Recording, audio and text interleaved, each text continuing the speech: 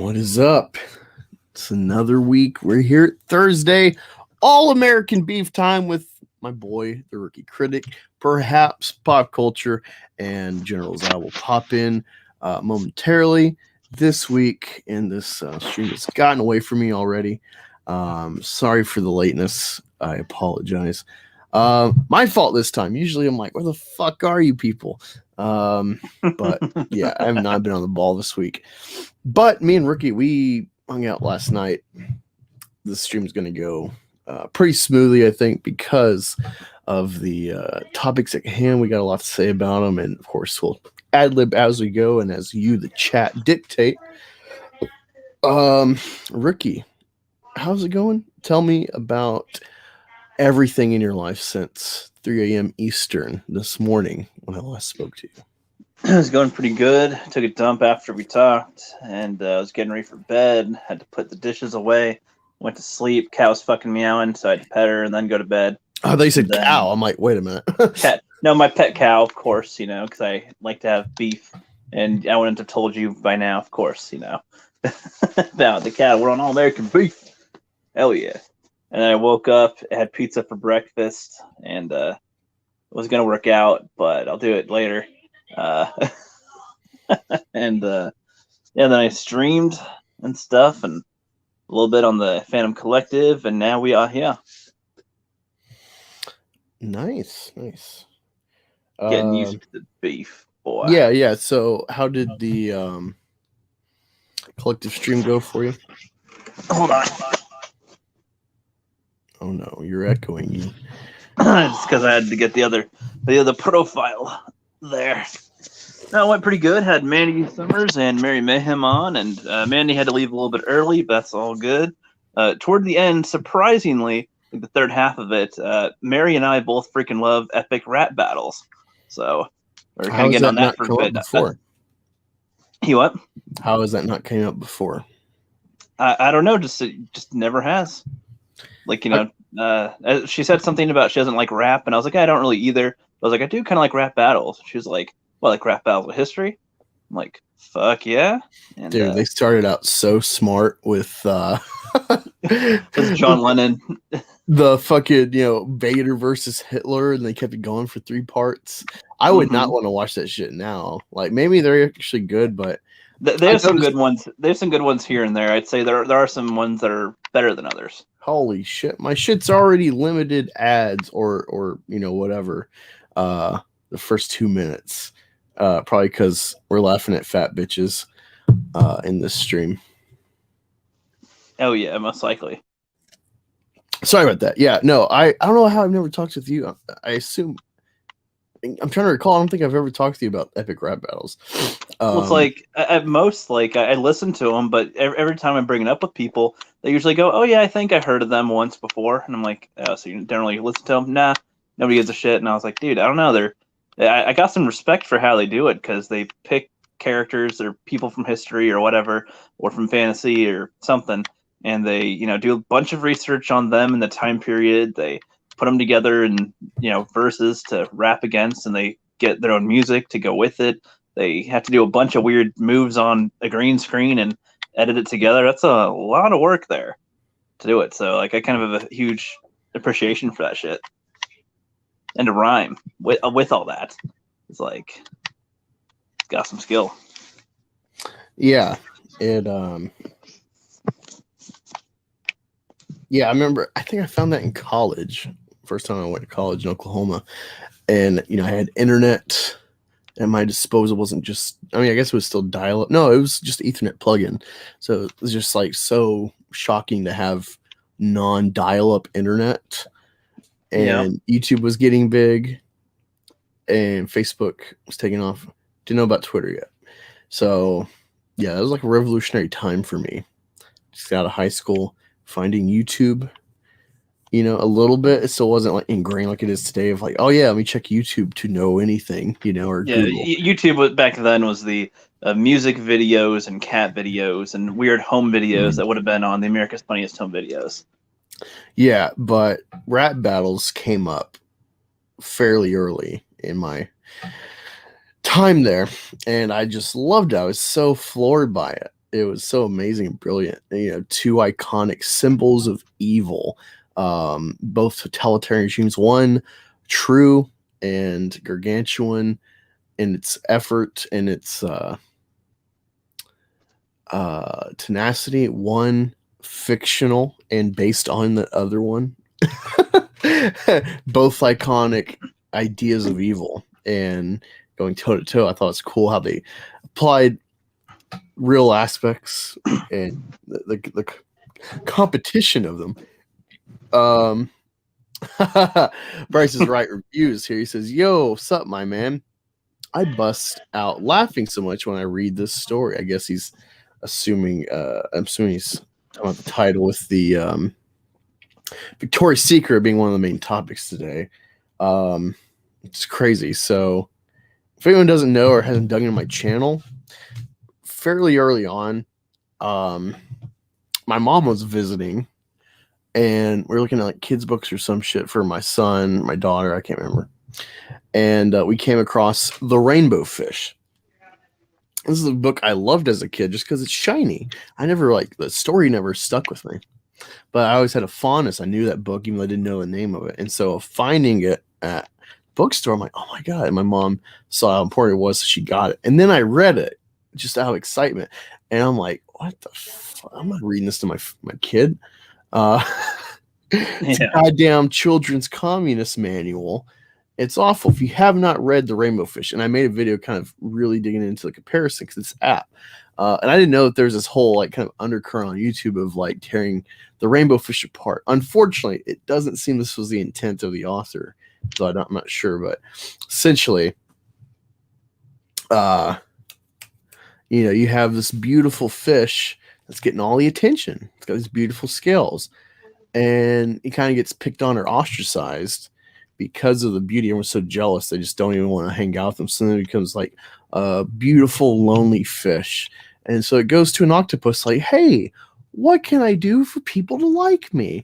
And it's like, well, they envious of your scales. So how about you give your scales to everyone? And everyone can have even though you won't shine bright like the diamond you are, everyone will get to enjoy a hint of what you do. It's like time. It's like timeshare. Yeah, so the equivalent, kind of in a real physical, it'd be like your daughter cutting off pieces of her face or some shit, or her scalping herself for everyone else to enjoy her beautiful locks. Or a woman's got a great booty, and it's like, take off a little bit here and there to give girls a tiny bit of a taste of that booty. Yeah, I did not realize back then the kind of vindictive nature of women. So I mean, it's very apt looking at women, this story. It's totally the mindset of women. If they can't have it, no one can. They tear each other apart. Men, we look at each other, betas, envious cucks will try to backstab you, but general good guy, he'll see someone doing better than him. He's like, that's cool. He wants to work harder to have that. I'm content where I'm at. Or we envy them in a healthy way where we're like, man, you know what? What's wrong with me? I want to be on that level, or I should be at that level. So I'll put down the Cheetos and I'll get to work so I can get there too. Yeah. Men, intrinsically, we know we can sniff out each other's kind of rank, natural rank in the world, and go accordingly. And it's just funny, this book, kind of has this very feminine element of defaming each other for their beauty and stuff. Because I always infer, at least I can't remember if it's specific, but I infer that the rainbow fish is a girl, just naturally how it reads. I assume it's a girl fish, and if beauty is an element and envy among her peers, guys don't fucking oh, you're so hot, fuck you, man. We just, it's usually can I be like that Adonis or not? Yeah, we'll accept the breadcrumbs, Yep, we'll go. My wife is like we'll go. He's getting the attention, but we'll get it. So I'm not from where she is, so I didn't go to high school with her.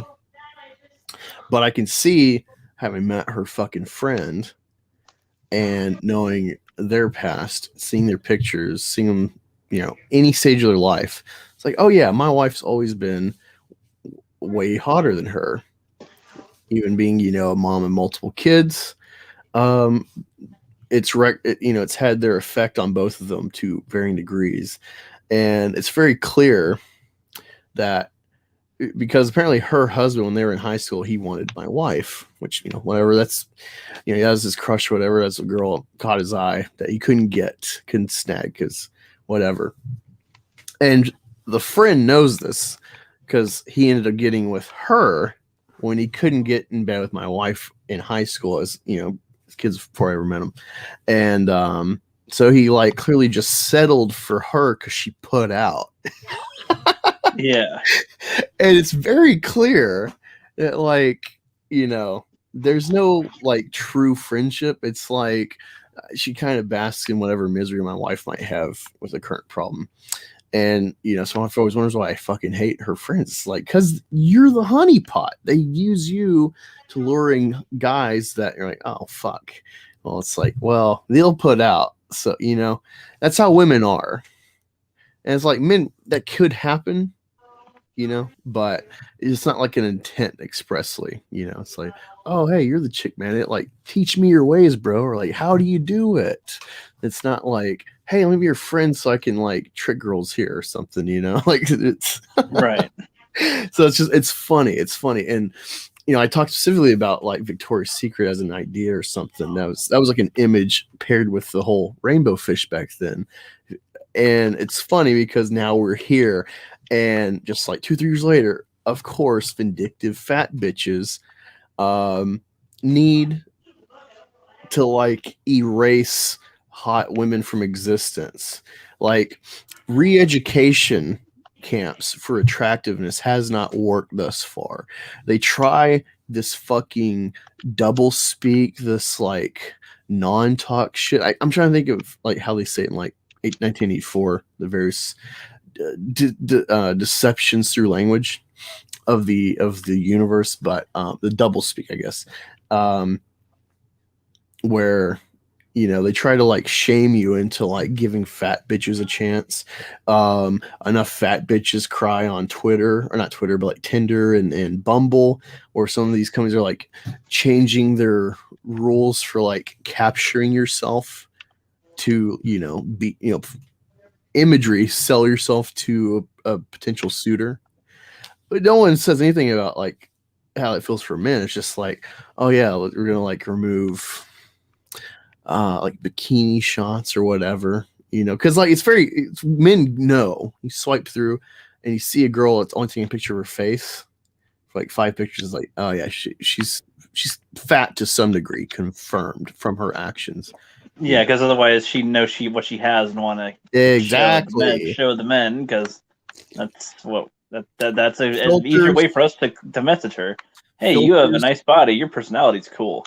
Filters and how much they show is a good indicator right off the bat of insecurity and the reality of like, oh, she's a fatty, but yeah, like you can dig into stuff like all sorts of ways women have tried and are trying actively to lower the bar for themselves in the dating market to fucking catfish you. And at the same time, I haven't dug into this, but I've heard of like they're trying to, maybe in certain countries, make it like illegal for a man to lie or allude to a false idea of like his wealth.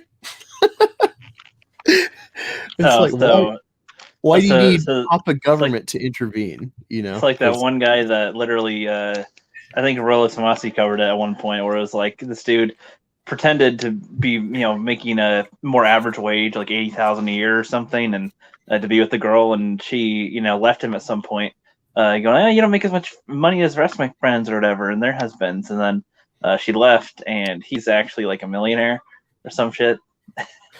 Oh yeah, like and I think she actually tried to sue him or something because he lied about the money he had. But it's like, I don't know, bitch. Like you wanted to be done with him because of his finances, and you want to suck more out of him. Like, dude, fuck you. It's funny. That's how you went to a counseling appointment, and it's like getting to know the counselor and kind of setting the, few problems that are like pertinent and kind of giving context for like my view of the world. And I think it's very key because it's like these are like kind of hard set philosophies, so I'm kind of introducing her to like red pill stuff. And I was like talking about like my stepdad and giving like this kind of duality of thought, because it's like, no, like he's a stepdad, and even though I didn't like him just because he's a stepdad as a kid, that was just something, I was hostile to in some way or not receptive to. I realized like what a good guy he is, and he took care of me and whatnot. But at the same time, it's like, yeah, like there's something wrong with that. Like men don't accept, or there's it says something about you when you like accept a mate who has other guys' children as like a long-term investment relationship. It says something, like that goes against your biological directive. It's intrinsic to men. Like, wait a minute, why would I, date someone I got to pay for someone else's kid and she's going to get child support anyway? Like, like you notice this, it stands out. And so I was like, giving this parameter of like, yeah, like I would never date someone with other kids because like that's just a no. It's unimaginable.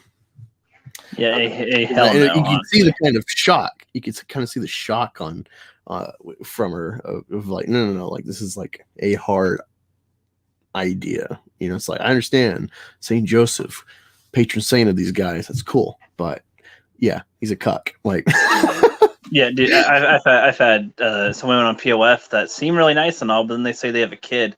I'm like, oh, I'm sorry, and I'm pretty much done here. Like, oh, you're just a full on asshole. I'm just like, no, like, I don't want to be part of your baggage. No.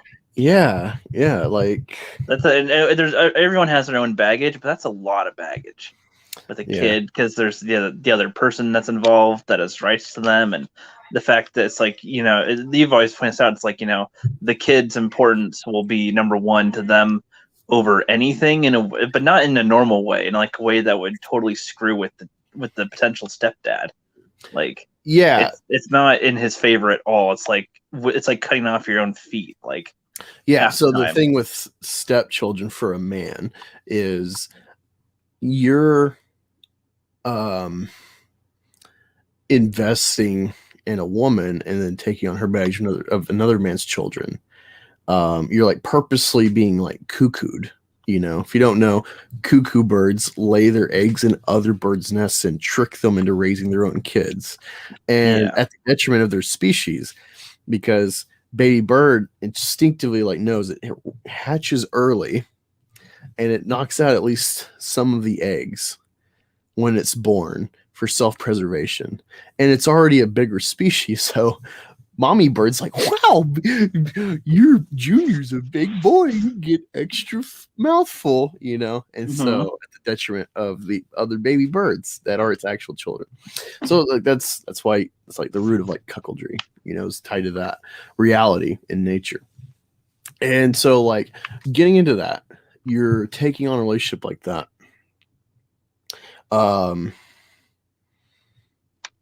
You're expected to provide, despite the fact that there's probably agreed upon, if not legally enforced, child support and whatnot, and or visitation stuff.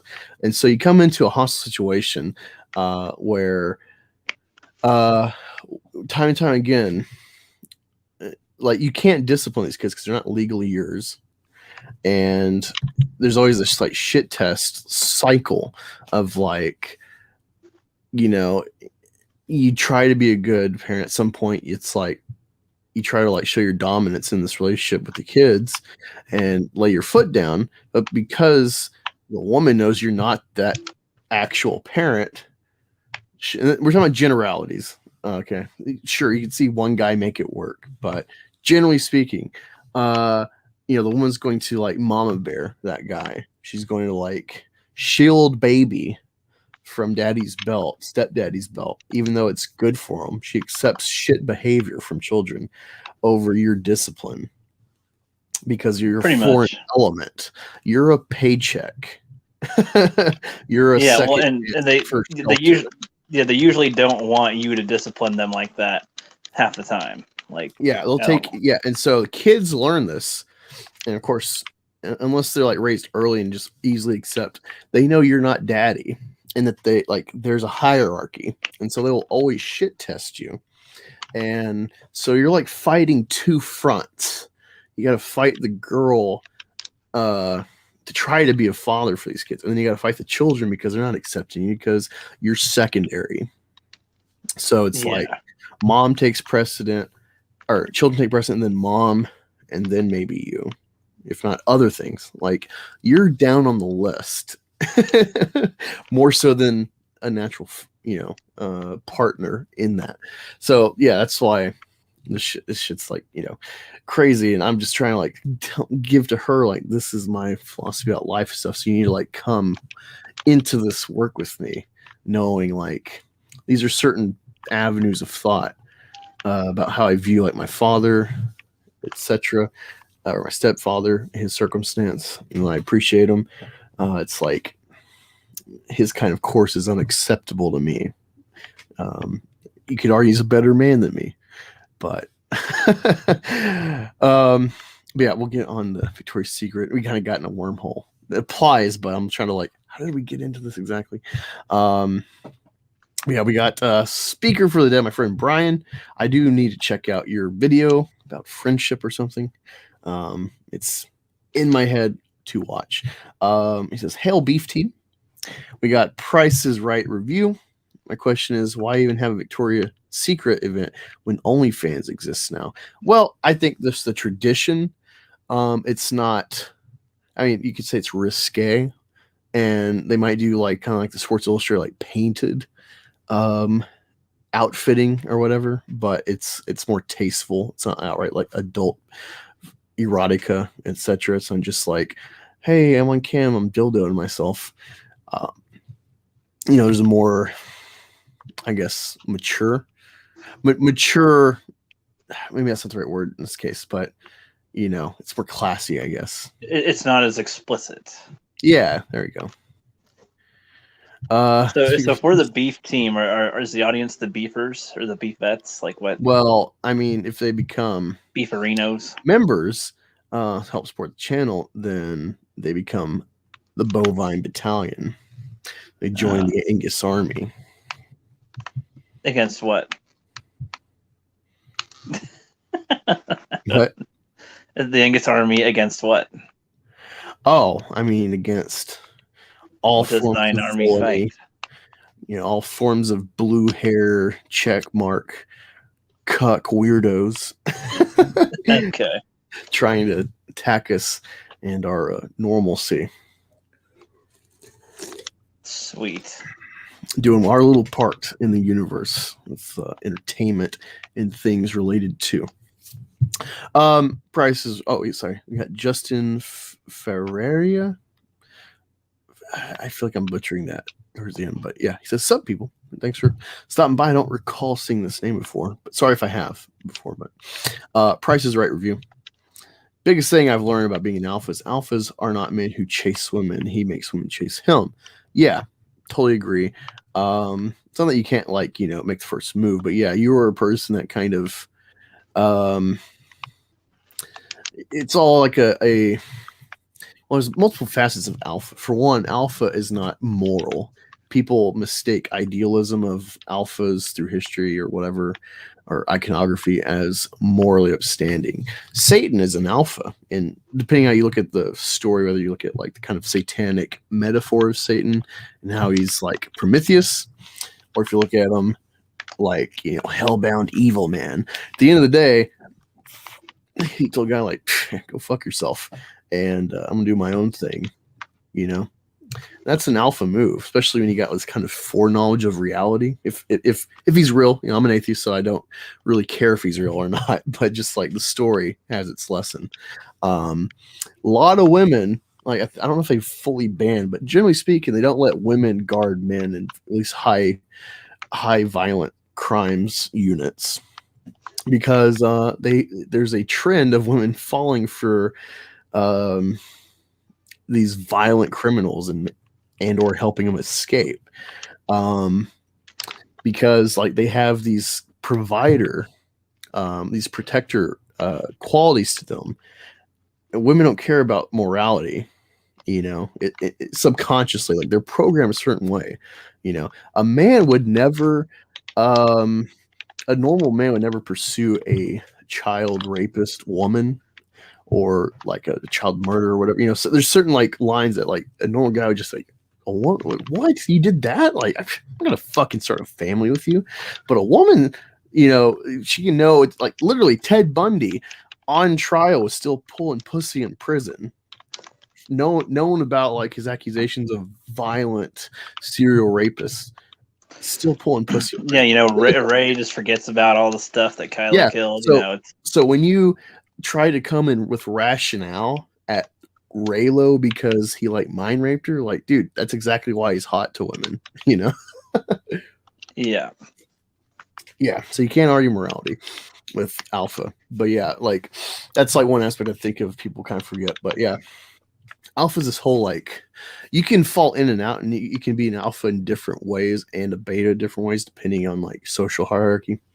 So it's like it's a constant. It's a constant that you're like fighting to like stay above the water, with like competition or some settings you can have peers that are all trying to work together to like, maintain a high level. Gym bros, that kind of thing. That's like an element where it's like it's friendly competition. We're all bettering each other. Yeah, see, that's the thing. Kind of this Victoria's Secret on it. Women don't do this. Women do not better each other unless they're already at the top in their respective role or environment. It's like a woman will be so happy for her friend that she finally found a great guy because, of course, she's already found a better one. So it's Right. like you're the afterthought. So yeah, it's just funny. Like society tries to like lie about these things. That's what's funny. And this Victoria's Secret shit is just another way to red pill guys because you're gonna go through life and be like, wait, like there's another thing I can't see hot chicks. Like what happened there? And then you're gonna like dig in, like, oh god, fat, ugly, libtard feminists that don't want to actually work to attract guys are dictating this. Right. Right. Price Right says society created women at the age as the gatekeeper to sex, but in return, men are the gatekeepers to relationships and marriage. Right on, my friend. Are you watching Rollo? Or are you watching Rich Cooper, my friend? Because if not, you're definitely echoing their core concepts. Yeah, some good content too. Speaker for the Dead says something great. He says guys are excited for others when their friends do good with the ladies. Yeah, or at worst, it's a friendly competition. Let me see. Women tend to believe they have options, but then realize too late they were the option. Yes. You got that right. The law is undefeated, and it's so great. It's like, it's something I root for. Like, so self-indulgent women. I get a kick out of their folly. I haven't watched Bro in a while, but because once you get in enough, you kind of stuff repeats. Yeah, you kind of learn what you need to learn, and just need to start applying it. Pretty much. Sometimes you need those refreshers, or you need like a new angle to really maybe grab a concept. So here's the thing about learning: is I had a chemistry teacher, and he's like, you need to learn it before you understand it. And I was like, what the fuck, And I can't quite articulate it, but he was totally right. About like chemistry formulas and stuff. I wasn't horrible, but I was like a B student in chemistry. That was one of my harder classes, and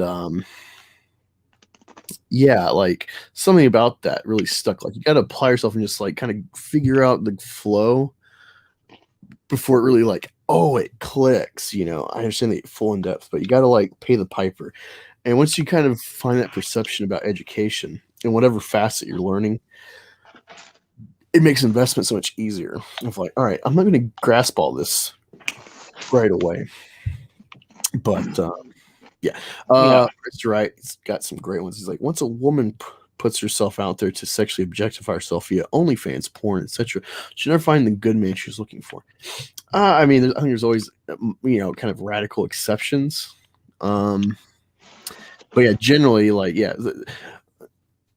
I was telling Karen in a stream with Zod, I don't know if she's being facetious, but she's like, oh, like a woman shares her cooter on Instagram or whatever public, and she's a slut. And it's like, well, yeah, because the more sexually open and apparent her sexuality is frivolous to her, that she like airs that to the public.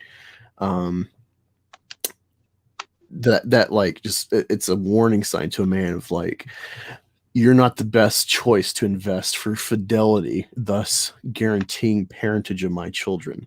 Like the more reserved a woman is with her sexuality, that's, people think we can be equal about sleeping around. And it's like, for one, like investor relationships, a guy could be King Solomon, he could be Genghis Khan, but for all we know, Genghis Khan maybe only loved one woman. Or maybe all the women he sired was like some sort of like trying to fill a void for maybe that one that died in a famine or something, a disease couldn't be cured back then. And so like he just had this, gaping hole in his heart that, even though he's a conqueror, he still loved that one. Whatever the case, I don't know his actual marriage story. I'm assuming he's married to multiple wives, so you kind of lost on monogamous viewpoint of the world with that example. But yeah, but a woman does that, and it's like, well, one, who's fathering my kids, and two, it's like every time the more you stack the deck with partners for a woman, studies show that like it is harder for them to invest in good relationships. They don't stick. It's kind of like the tape analogy. I used to, when I was becoming an adult going to college, I was kind of getting indoctrinated with feminist shit. And so it made me really hate like the Christian sex education idea of like being a slut and like women lose their value, like tape loses its stick. But honestly, that's a very apt idea. It's a very apt analogy. The tape doesn't work the more you use it. That's just the same. Yeah. It's because of like our mental coding. Women do not lay with a man and not have some connection that this like that's a segment of her the next guy's not going to get, and you do that enough, you're not really getting anything worth value. So Vase says, yo, can't stay on the road, wishing you well. Thanks, Vase. Thanks, brother. I gotta get you, we gotta schedule you to come on here, or me. We never did the MCU thing on your channel. Which I get, it's fine. Yeah, he's just returning to posting content, so you probably have a better chance to soon. You see Justin. Crap. Justin crap? What? Crap. Justin Ferreira. I'm fucking that name up. I wasn't expecting the stream to be so red pilled. Welcome to the beef. Yeah, no, I'm really deep in the red pill praxology. It's not really philosophy. You got to like live it. And you could be doing great in one area and then totally failing and being a beta bitch in another field. So it's like, you can accept your beta role in certain things, or kind of being facetious, but like, I suck at chess, or I suck at video. You can try to get better, or you can just kind of accept like, well, it's not really worth like advancing. I just enjoy it when I do. I'll accept my low status in that field. That's fine. But yeah, it's like you're always trying to work on yourself in all these facets, or stay on top. So it's like the work is never done, and that's how you should live. Of like, how can this be better? Ironically, like Black Panther, me and you were talking about last night, that's the idea of Black Panther, is like it works, but it could be better, and it's actually pretty red pilled. Hell yeah. Sorry, Justin, the chat got away from me versus normally. Yeah, Prices Right says never marry or date a single mother because all you are is walking ATM. Yeah. Speaker has a good one. He says, I chose a mate that was a virgin because that's what I was. I don't do leftovers. Yeah. I mean, there is a reality in our society that like an actual like good girl by today's standard is like a fucking whore, 50 years ago because she's had like 2 or 3 guys. That's not a high body count. Or you can bring up the Clerks thing with the 36 cocks or Oh whatever. my god, dude. Yeah. So this is sort of a reality, and that's So I saw Chasing Amy, Kevin Smith, and that's a Criterion film. So that was why it was important to watch that. At some point I would love to watch all the Criterion movies, even though most of them are pretentious or they suck. And this is like a little pigeonhole for them to like succeed with esteem in some way when they failed critically and cinematically before. Things do change over time. Like Predator was hated by critics, but then now it's probably like an 85 or higher by critics. So some people just kind of see things in a different light. That's why I think if Hulk, if you could update the CGI, tweak Nick Nolte's character just a little bit, like hone it in a little bit, not so radical and crazy, that movie would be like the next Joker if it came out today. But back then it was so dour. Like, I went to see a superhero movie. Superhero movies aren't this. It was just right. of its time. It really was. But fuck, how do I get on that tangent? Talk about the Hulk. I don't know. I feel like I had a point, but hopefully I made it, or maybe it'll come back. But yeah, speaker, yeah. That was always something I wanted. My first was a rape victim.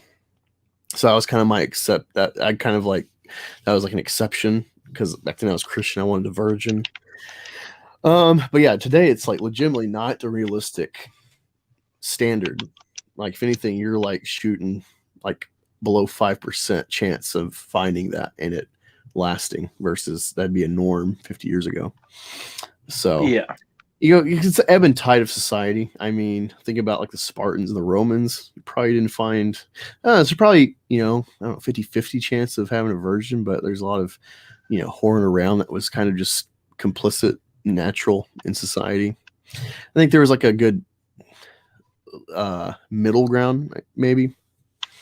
But yeah, family decaying was part of Rome's decay, and let's look at where we're at. So yeah, good luck finding one 2021.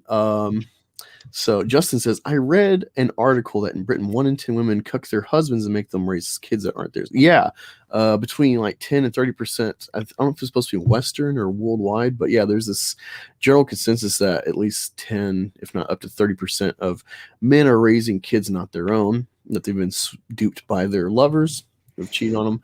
And like in France, I've heard that paternity tests, at least at home, are illegal because maybe they notice that's going to be like so detrimental to have households breaking apart so much with those revelations. So yeah, it's illegal.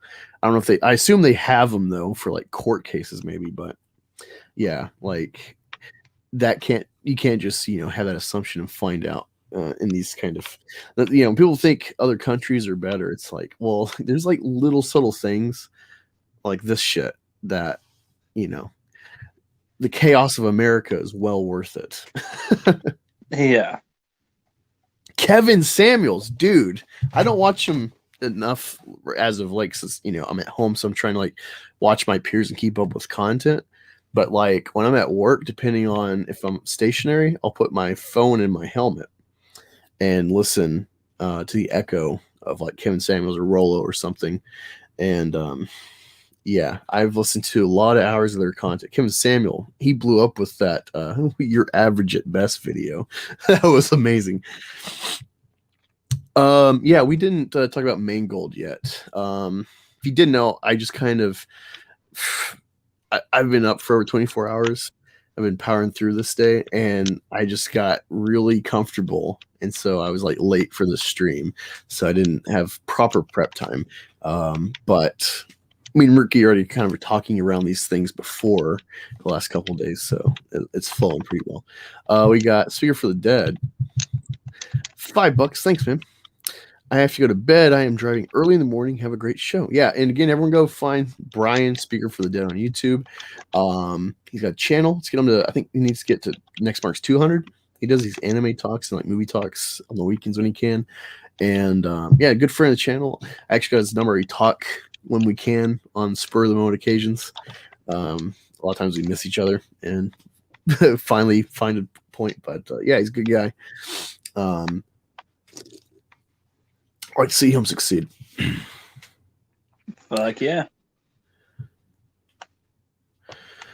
Yeah, I agree to an extent. Price is Right. Women do crave validation through these things, but like Victoria's Secret, though, the difference between that is like OnlyFans, porn, Instagram. Those are like some girls, work in the gym to have that figure and they're showing off for that validation, which I think something Red Pill, MGTOW and stuff gets wrong, or like there's a skewed view about is like women have always wanted validation of men. Sexually, they want to like have that prowess, whether they're whores about it or not. So it's like I think we view it as like some new thing. It's just no, the ways we accept this reality and how it's expressed is what's like a new ground, and how easily at hand these avenues are that used to be just for the whore, for the Jezebel. Price is Right. You might have seen them in passing, but I highly suggest watching. I think the best Red Pill channels, all encompassing, if you're taking the total package of what they say, I think the best two channels is Rich Cooper and Greg Adams. Greg Adams is more MGTOW, but not in a like. Sorry, what were you saying, Ricky? That Rich Cooper's channel is Entrepreneurs and Cars. Yeah, I mean, if you type in Rich Cooper, though, it's well ingrained in the algorithm to find him. Okay. Out. Yeah, but yeah, Entrepreneurs and Cars. Yeah, but Greg Adams, he's more about focusing on yourself. They all kinds of say, but he's like more about that aspect than the chasing, women or whatever, the game part. And yeah, I think they both have value, especially Greg Adams because he worked as a coach with like college women, so he has a real in-depth perception, along with his own battle with his wife in the legal system. Yeah. Women complain about fairness all the time. Men don't care about fairness. We have a competition mindset. If men cared about fairness, then our ancient men cultures wouldn't conquer. I don't know. It's kind of, there's a duality to man of like lone wolf, making our own tribe, and then also collectiveness, they talk about women's accomplishments. It's not that I think that's meaningless, that women have been able to like do something that men have done, or contributed in these whatever field you're talking about. We're like, hey, a woman actually did this thing, but it's always on the backs of men. Like it's the glass ceiling where it's like men have trivialized this feat, whatever it is, to some degree. Oh, land on the moon, astronauts, whatever, like life endangering thing. Like, yeah, go build some faces out of a mountain. Men do that, and then it's like women get celebrated for copying men. Like that's their achievement, is doing what men have made trivial. Right. Because like we've skewed the whole incentivization of life. Like women, it's not like men dominating women to like beat them down. Men do great things because we're like intrinsically making up for the fact like we don't have kids, so like that really fulfills women, and it shows in like psychological testing that you can find. Women are a lot more miserable today with like equality, with feminist directives. They're more miserable, Yeah, why would that be, Angus? Gee, people like to view the 50s and before, where like the man ruled the roost and stuff, as like they were abusive, Yeah, but a bunch of women like Mad Men. That happens because we've let feminism steer the intrinsic kind of narrative about life and history, where we vilify masculinity. So of course it's kind of already assumed that when things were like in charge by men, it was abusive. They really like to paint in some light, like in the Army, SHARP, the sexual harassment prevention, it's all angled at men. Men are predators. Like even being a man, you have to be afraid of your battle buddies because they might rape you.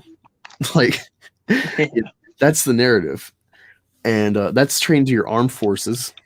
So don't think you're going to be less subject to that. They got to be a little more. They can control you in the military, So they gotta be a little more insidious with how they do it in public. They're kind of really showing their hand now because they don't care if you know. But yeah. Let me see. This chat's really fun, mainly because Price is Right. Yeah, Justin and Ferrer. Yeah, the Eric Bana Hulk is so good, and I don't think it gets its fair shake. There's actually a good video. Look up like Hulk toxic masculinity. And I know it sounds very off-putting. This guy does have some beta points. It's gonna cut points about toxic masculinity or something. I think he goes a little too far, but overall, he's got a really good analysis, eye-opening analysis of Ang Lee's Hulk from 03 that I think you'd appreciate. Stony McIntroduction in the house says, "These nuts." That is all. Thank you. Wait, fuck, my chat jumped. Justin says, "You guys are comics guys, right? What do you guys think about Kevin Smith's comics? I kind of want to check out his Green Hornet environment." I don't know. Comic tropes. See, I'm a noob to comics. I'm a novice. And I'm more of a noob than him. Yeah. Yeah. So it's like I'm doing the work of, digging into stuff. So like I like Donny Cates' Venom. I've been really interested in seeing some of these big events, Absolute Carnage, King in Black, Null, all that. And so I'm aware, and I've watched Comics Explained before reading it, but now I'm actually reading that. And then there's a reference to like 2013 Thor. And so then I'm reading that and I'm finding out, oh, that character is actually going to come to life in the MCU at some point. And I'm like, oh shit. So I'm doing, there's so many runs with just Marvel I'm trying to read. I'm trying to read Chris Claremont's run.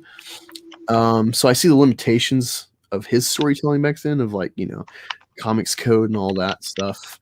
It's safer. It's not as much edge, but even then it's still X-Men's, pushing the boundaries where it can. So yeah, I'm couldn't tell you about that. One of the things we were talking about with Kevin Smith in movies. So yeah, I've always been averted by Chasing Amy because there's like this underlying thing of like, he finds out his girlfriend was a total slut. And, naturally when you find out your woman's body count or what she, if she actually is truthful, her notch count, yeah, gives you like a questionable notch count of like, wait, that many? You have that reaction naturally, that's a couple double digits there. Yeah, and so like that's off-putting. It's natural. Is this all in college or as an adult? And like Jesus. Yeah, there's like a natural revulsion for men because the higher the count, like it's something encoded in us. We know. Was this a weekend? Like, less chance I can trust her to like give me my children if I marry her, And so that's one of the elements of this. He finds this out, and it's a real like make or break for Ben Affleck's character. But then he has this kind of come to Jesus moment in the film where it's like, oh, it's fine that she was a slut, and my friend, you say all these homophobic slurs because you're actually suppressed being gay, and we just all need to fucking let it all out and it's like. That's like a real fucking cuck idea. And so like that just really perturbed me. Like that was, it just sounds really woke. It sounds like trying to like tell you like you're actually bi because you say the gay F word to someone, like it just sounded like stop repressing yourself, your true self. Yeah, like I see film for what it can be as like a something to steer the public consciousness. The first film school was by communist Russia in Moscow. The Nazis copied their propaganda machine. Like, I can't hammer that enough when we talk about why it's important to break down film and subtext and what is the angle by a studio, what is their agenda. It's like these are all key things that people just deflect because, oh yeah, like E.T. and Finding Nemo. And they just think, oh, movies are just like shit on the screen to like glaze your eyes. Like, no, this shit can really fucking program you. Subconsciously, it can start the groundwork for social change very drastically if it's well made. And so that's the important. So like I just kind of saw that intent from Smith's film. Maybe it's a stretch, maybe just writing like a wacky scenario of life that some people might find themselves in. It's relatable or something, but I saw it that way and just really made me off put. And I didn't like Jane Silent Bob when I seen it. Just something that's comedy when I saw it. It's just like, oh, dude, I give this guy a chance and everyone talks about him like high esteem. He sucks. Well, because everyone's talking about He-Man, I saw Clerks is on HBO Max, so I watched it, and I'm like, I don't love it, but I kind of get it. And I told Ricky, I'm like, dude, this is exactly what I was telling you. You need to make a Clerks. This is, now I understand what I'm trying to say to you. Make this kind of movie, something cheap. You don't need effects. And so then I watched Clerks 2. It's like, damn, this is really funny. And I'm so glad I watched the first one to kind of get the personalities. And then I'm watching Jane Silent Bob, and I'm loving it. It's funny this time. And then I'm watching Mallrats, and I'm really digging that movie. So it's like I'm becoming a Smith fan, ironically, thanks to becoming a Smithy. Everyone crying about He-Man's woke and shit. And it's like you just keep saying Kevin Smith, so I'm like, huh. Now I've just paid to watch Mallrats. Now I just bought Dogma on DVD to watch it. You're only helping his his business by the repetition, the publicity. But yeah, Comic Tropes has a video about Kevin Smith's Batman, The Widening Gyre. It sounds really wacky. It's very clear why this book didn't resonate. It's not like a high watermark for Batman. See, Price is Right review. As a Christian MGTOW, I tend to live my life like the Apostle Paul and speak like Elijah, the most red pill man in the Bible, when he called out Jezebel and prophesied her death.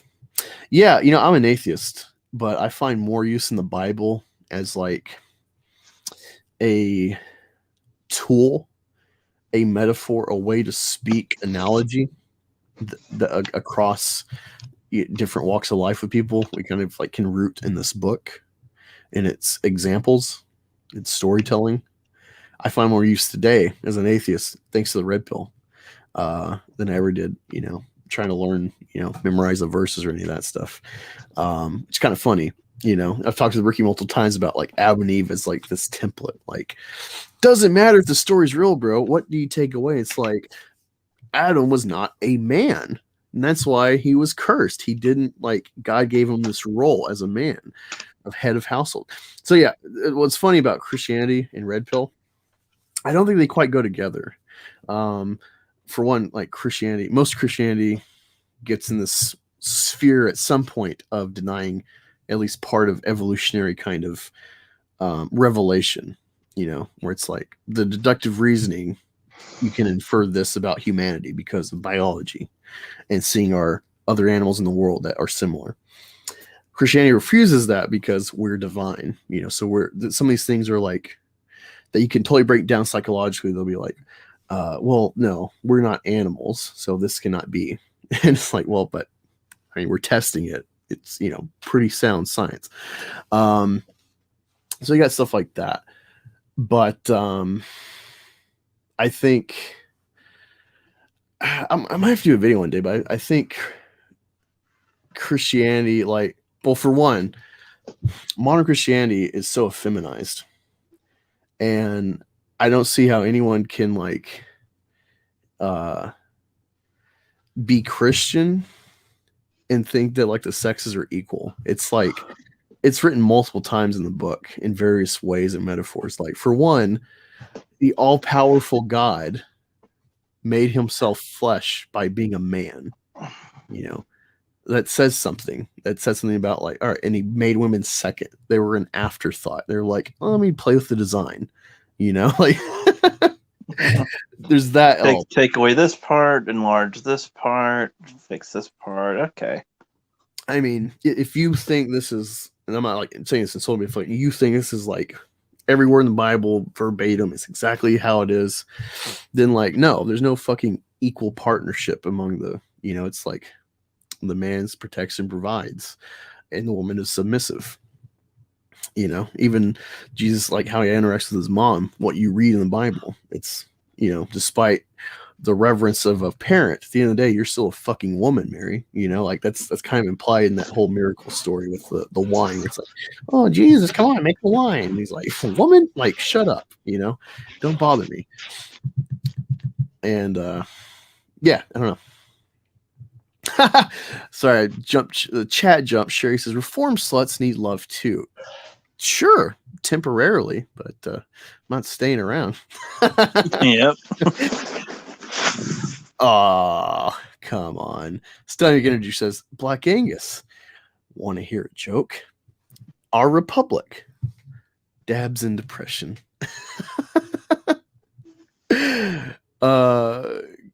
Oh man, you live in Canada? Women are prostituting themselves in the Navy. Well, yeah, I mean, generally speaking, generalizations, all right. Women in the military, I'm talking about like sex, they're either like usually lesbians or they're ugly or they're whores. They want to be surrounded by dudes. Yeah, or they're ugly and they want attention, but they'll les out anyway.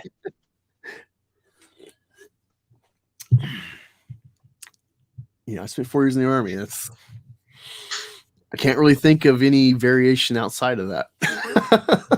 Nope. So Ang Lee trashed comic books when that sounds weird because seemed very clear in his adaptation style, being a comic movie, like the way like he's paneling and stuff. Yeah, it was inspired to be like a visual comic book. Oh, that's interesting. I got Tim Possible in the house. I think he heard me on that stream about doing Loki, cosplay, for lack of a better term, on his TikTok, because I saw him doing a video with Loki ski doing as an idea for the show. Yeah, it's a good idea. Yeah, like I really like the show, but I'm not one of these like predictors. Like I'm not into Marvel, like I'm Star Wars and like tying things. Like I had this whole when there was this idea of like, oh, Rey is going to be Shmi. I just read Superman Red Sun for the first time, and so I had like a perfect idea of like, oh my god, it'd be so cool. Like the story is a complete cycle; it eats itself. Rey is Shmi, and thus, she bursts Skywalker, but then Skywalker is her parent. It just eats itself continuously. It's this big revolving story. That I could see Lucas having some template like that. And I was just so interested in that idea.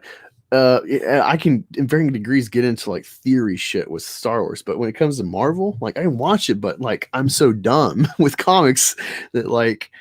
Sure. Well, it's like with Star Wars, not as much has been done or said as to where with comics, it's been 60 or more years of different stuff all the time, everywhere with everything. So very different.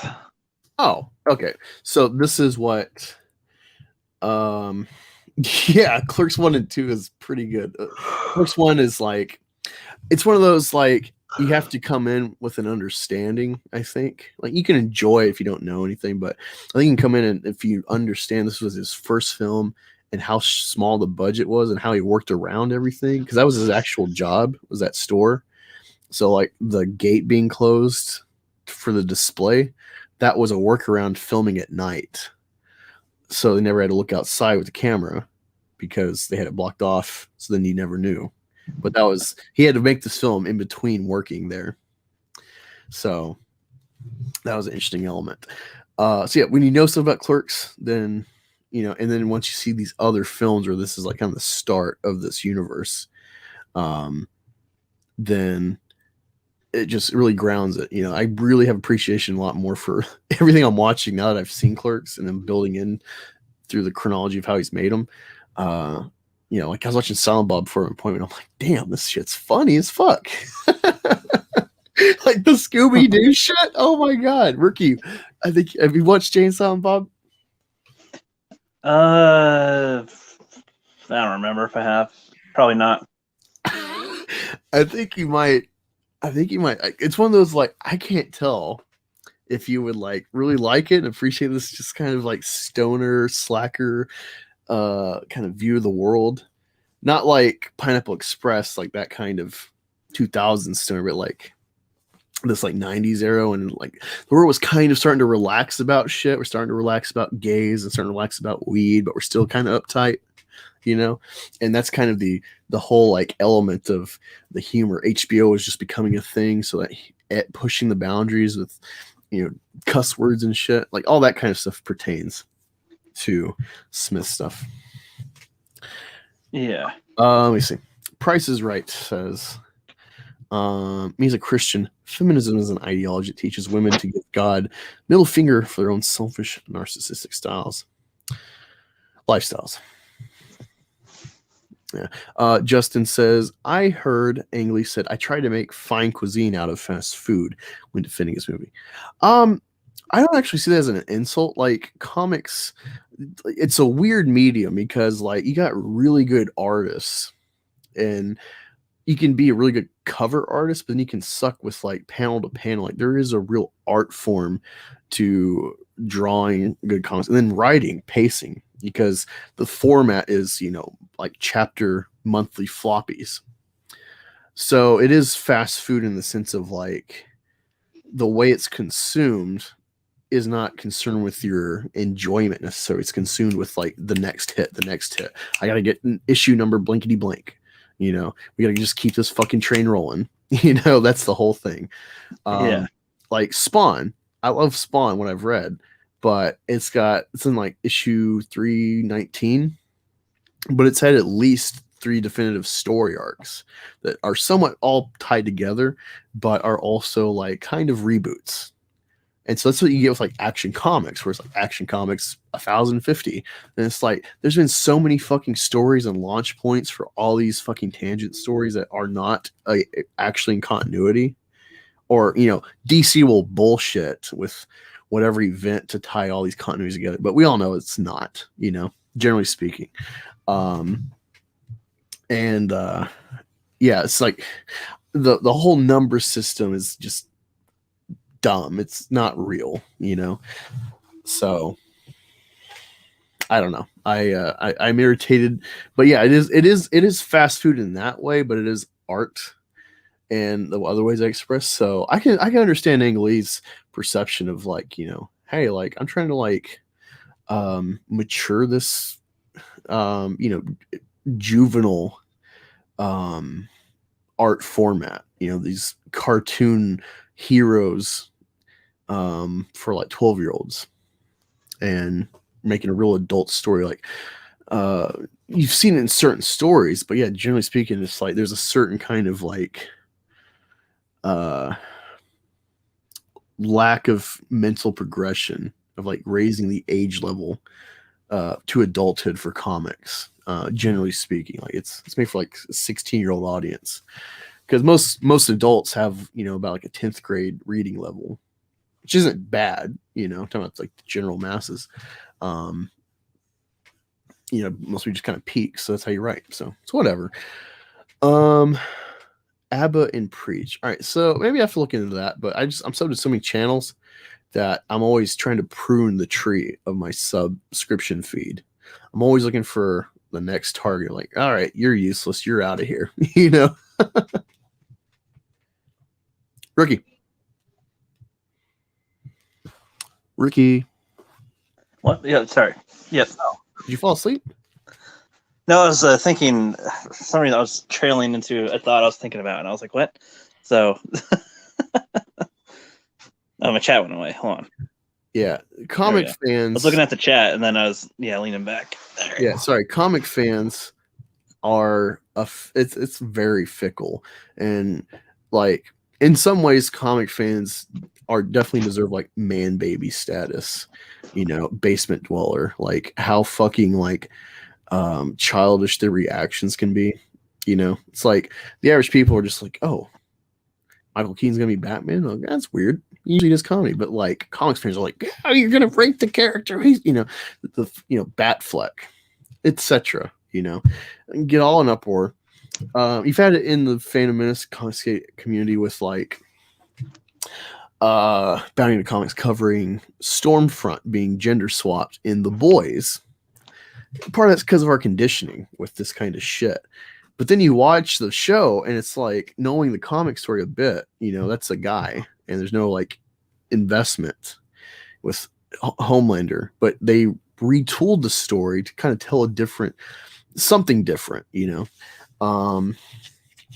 they have this whole like love story. It's not in the comic, with fucking Nazi superhero. Yeah. And that like, it's like it makes the villain an even worse light, despite the fact that he's just kind of, despite his Superman status, he's really just like this lonely boy who can be easily preyed upon with affection if you just like open up. So yeah, it's an interesting element that, a lot of people just wall themselves off from. And then they finally gave it a chance, or if you did give it a chance, you can see the complete merit of that gender swap of like, hey, let's tell, let's kind of adapt the comic, but like how can we fudge with it to like not just copy and paste the story. Yeah. Let me see. So Kami Hilfiger says, hey Angus, we talking how capitalism created cancel culture by letting the markets decide. That's a lot to take in to break down. Do you have anything on that, Ricky? On enjoying Bad Batch and Loki? No, what? Okay, so are we talking capitalism created cancel culture by letting the markets decide? I'm not sure. No, see, that's I don't know, like, that's a hard one to piece out because we're a capitalist rooted society, but then like it's kind of cancel culture, the market, they're going off of, a loud minority on Twitter and stuff, people that are like making uproar in the streets for a day, but not actually do anything of worth and not buy your product. It's like the marketing of like Gillette and stuff. They think like this will really work well. We look at all these polls on Twitter or whatever. Look at the analysis, and it's like, oh fuck, this doesn't relate to real life, and these people don't even buy our product. Why do we listen to them? So you got people who worm their way into a company that's successful by capitalism, and then they have an agenda that's not monetarily based, because if it was monetarily based, the shit wouldn't come up. That's kind of the whole argument.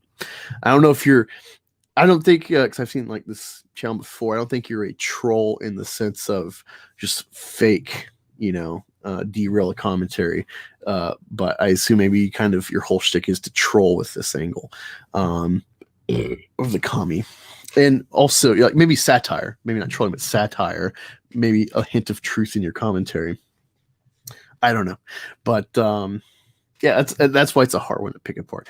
I do like Bad Batch. It is getting in a rut with like nothing really of substance happening, Maybe this because everyone's conditioned to like have big revelations in a show, and they can't just enjoy being in Star Wars. That's why I really liked the beginning episodes of Mandalorian season 2. Everyone was bitching about it, like. No one really bitched about the Tusken episode, but it didn't really do a lot. It was just another side quest for the armor of Boba Fett. And then the next episode was the frog lady and the eggs, and everyone freaked out about like this abortion analogy. It's like, it's a fucking stupid ass looking alien from Disney. Like, fucking wipe its race off of the face of the universe, Fuck that frog lady. I love Baby Yoda eating them.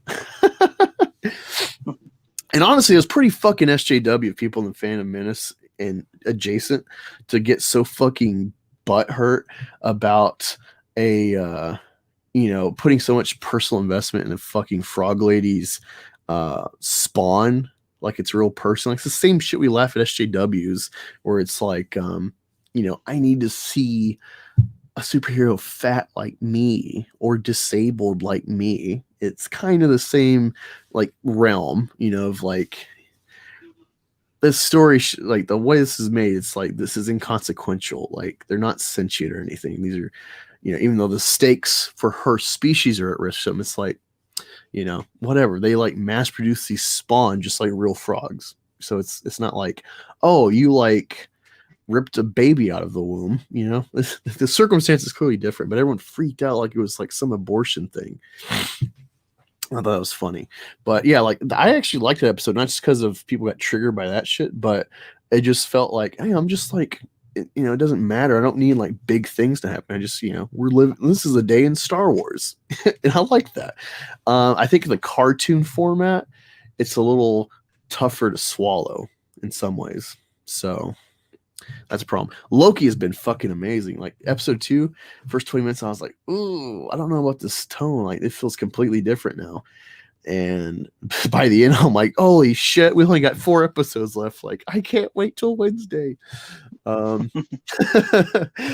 so Stormfront. She's just says it's weird to have a Jewish actress play a Nazi superhero.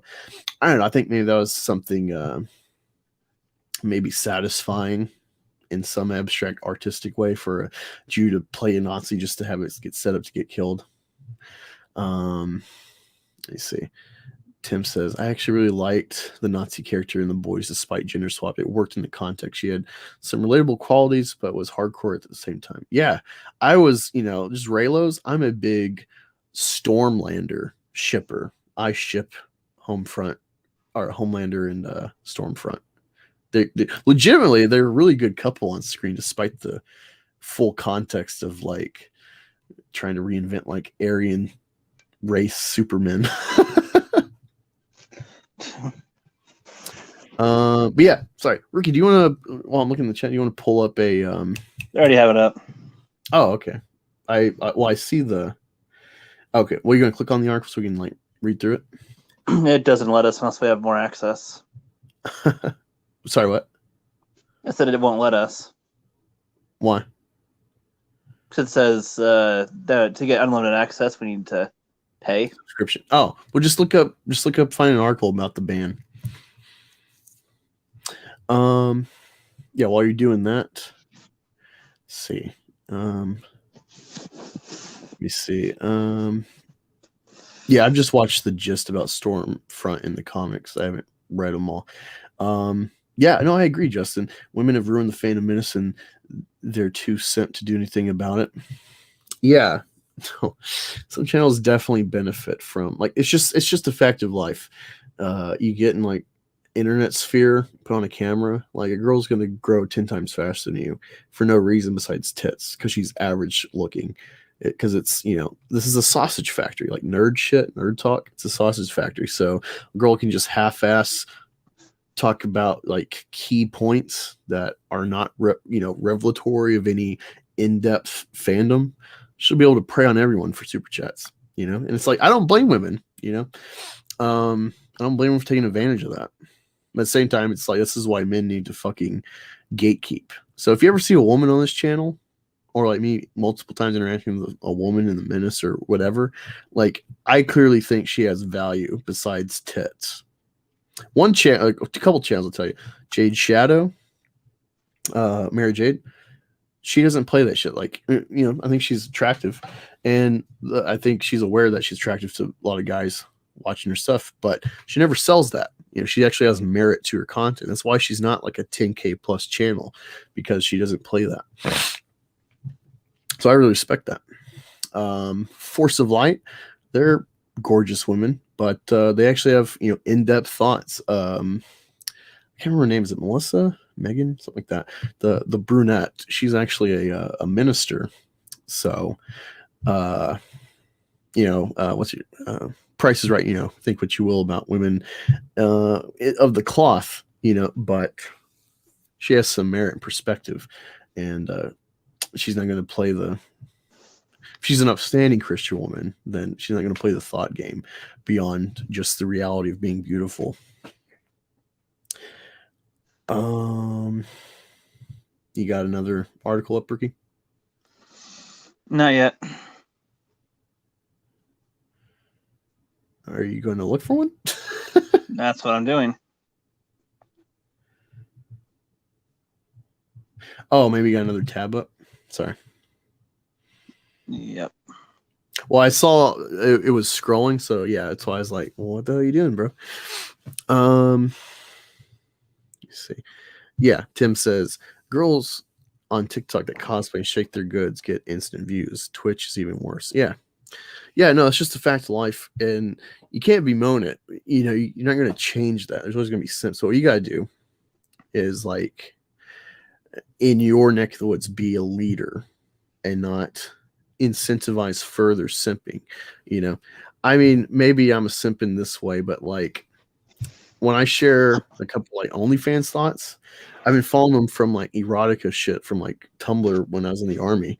And I just, one is actually a model for a tattoo that I got on my leg that I learned about it afterwards, but it made sense. Like, oh yeah, she's the model for this guy's work. So no wonder I like his shit.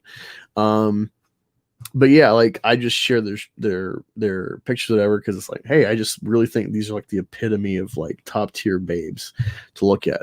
But yeah, I'm never going to encourage you to actually go to their fucking OnlyFans. Go pirate their shit from some other website if you want that. Don't pay them.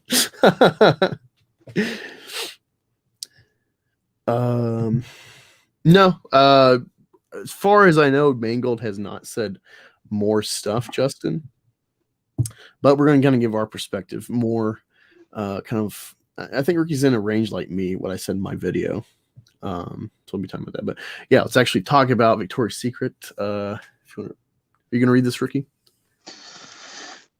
Well, on Wednesday, Victoria's Secret announced a new Versus Collective in a long overdue effort to rebrand and leave behind its era of sexy fashion shows, bejeweled fantasy bras, and angels. Yep, the angels are no more.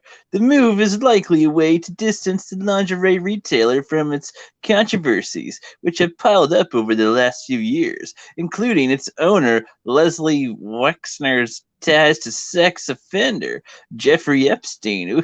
Ooh, the assessment or the harassment claims against its former top executive Ed Rozek and callouts over the lack of diversity both inside the company and in regards to casting models.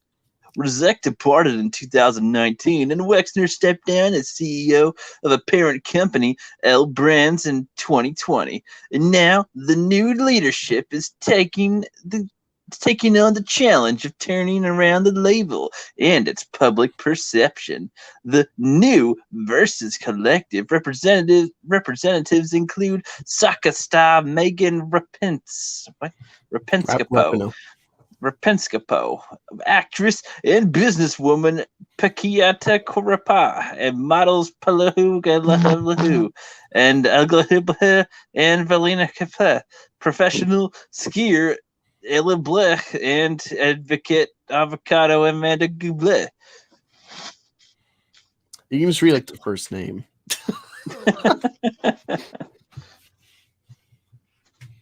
Yep, and then there's their the chicks, and they'll have a quote. Should we look at the quotes? So these are the new models.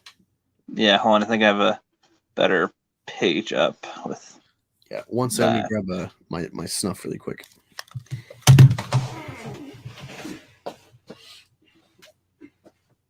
Yeah, sorry if the voice isn't as enthusiastic as usual, guys. Just a little tired tonight. I think Angus is as well. Yeah, little tired today. That's all good. Oh yeah, dude, girls on TikTok that cosplay and shake their goods get instant views. Oh yeah. So what's the James Mangold news? Yeah, not sure if he says more stuff. I mean, we'll see. Yeah, Angus and I do have similar thoughts on that, but we'll get to that after this, probably. Indeed. Sorry. Okay, I'm back. It's all cool. Yeah, so the Adut says Kish. Being part of the what? I think it's a Kish. Okay, well I don't know. That's probably makes sense. being part of the Versus Collective marks such a special moment, and I feel blessed to be part of a group that celebrates and empowers individuality. God damn. It's funny. They always he's always notice these like keywords. But let me look this chick up really quick because looking at her frame, she's quite breasty for her frame. So it's not like it's not an obvious kind of SJW kind of retooling. There's some sex appeal, but she's could be worse. She's probably like an African or like French model, given the name. Yeah, African French. So, yeah, like she's unconventional in her beauty, in like the short hair, which I dig it. I like. I think she looks good, but yeah, and she's clearly touting these kind of keywords for the diversity shit, so yay. Continue, Amanda. I believe true change comes from the inside out, that a group of aligned people can shift culture. Welcome to the opportunity to be a part of this incredible collective of women and utilize my creative and professional abilities to prioritize authentic representation of women and support Versus senior leadership in their mission to strive and systemic change. That one wasn't systemic. Oh fuck! Whenever you hear that word, it's like, oh god, going off the rails. But the way you read that, Rookie, I really liked it. It sounded like, I know you're doing your pirate, but you sound like you're tired or something. And so I am fucking tired. I am sleepy. I'm like how that came across was, it sounded like, best I can personify is like what I would imagine, like if you watch like a World War II movie, or it's like oh fuck, what's that movie? Killing Me Smalls. Sandlot. Yeah, something like that. Something like that, where it's like, some sort of like classic radio reliant America. Like you sound like an announcer, where it's like, I know it's pirate, but the way it's coming out sounds like a radio announcer. It's like, and we're at the bottom of the ninth, and this man is at bat, and everything is on the line for the World Series. Jimmy Johnson's gonna throw him the football to the left field. He's going to the right field, then 3-pointer with the football into the basketball court. Oh yeah, Jimmy's doing good over there. He's jumping in the air. He's doing good. He's going over there, and he's gonna score. Oh my gosh, 3 points. Johnny's positioned to him, and he's going to the black kid. We don't know what number 0 is doing, but they're doing okay. Yeah. That was really good. I'm not joking. I was like, wow, you're like fucking. Did you practice that? No, man, like that flow. I don't have. I'm just getting the hang of it, I guess. The more I do voice stuff, I'm so honored to be part of such an inspiring group of women and to work with a brand that is looking to break the boundaries and use their platform to uplift, champion, and advocate for women across the world. Working with with EVS, with Versus Collective, I hope they unite and inspire by sharing my story and experiences. I'm so privileged to be a part of the change and to have opportunity. All right, so she's an athlete. She's like I think a skier. She looks kind of bomb from right here. She looks all right.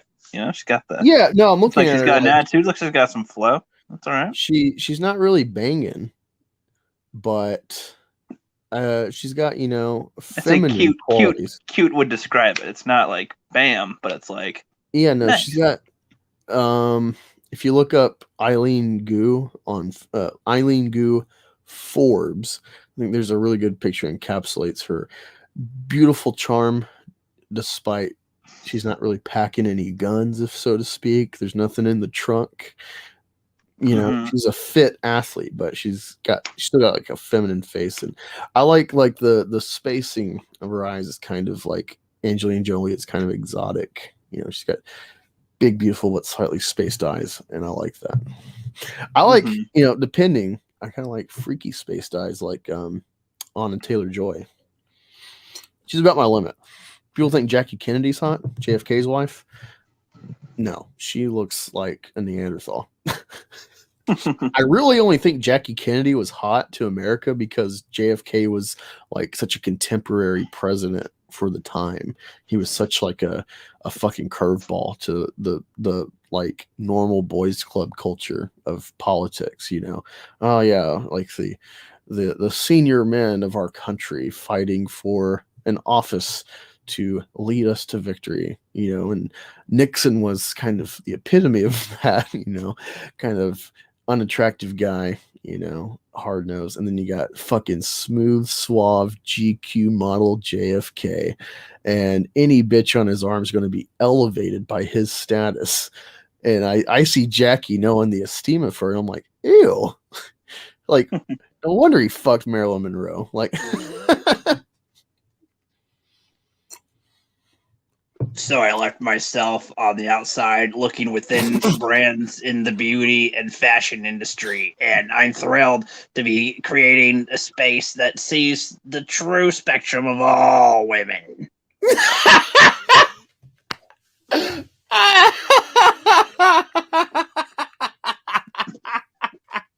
I'm beyond excited to be partnered with Victoria's Secret in this capacity to support our collective mission to embrace and celebrate the vastness and beauty of womanhood. I'm mostly excited for new customers, though, and those who have always been a customer of Victoria's Secret to feel represented like they belong.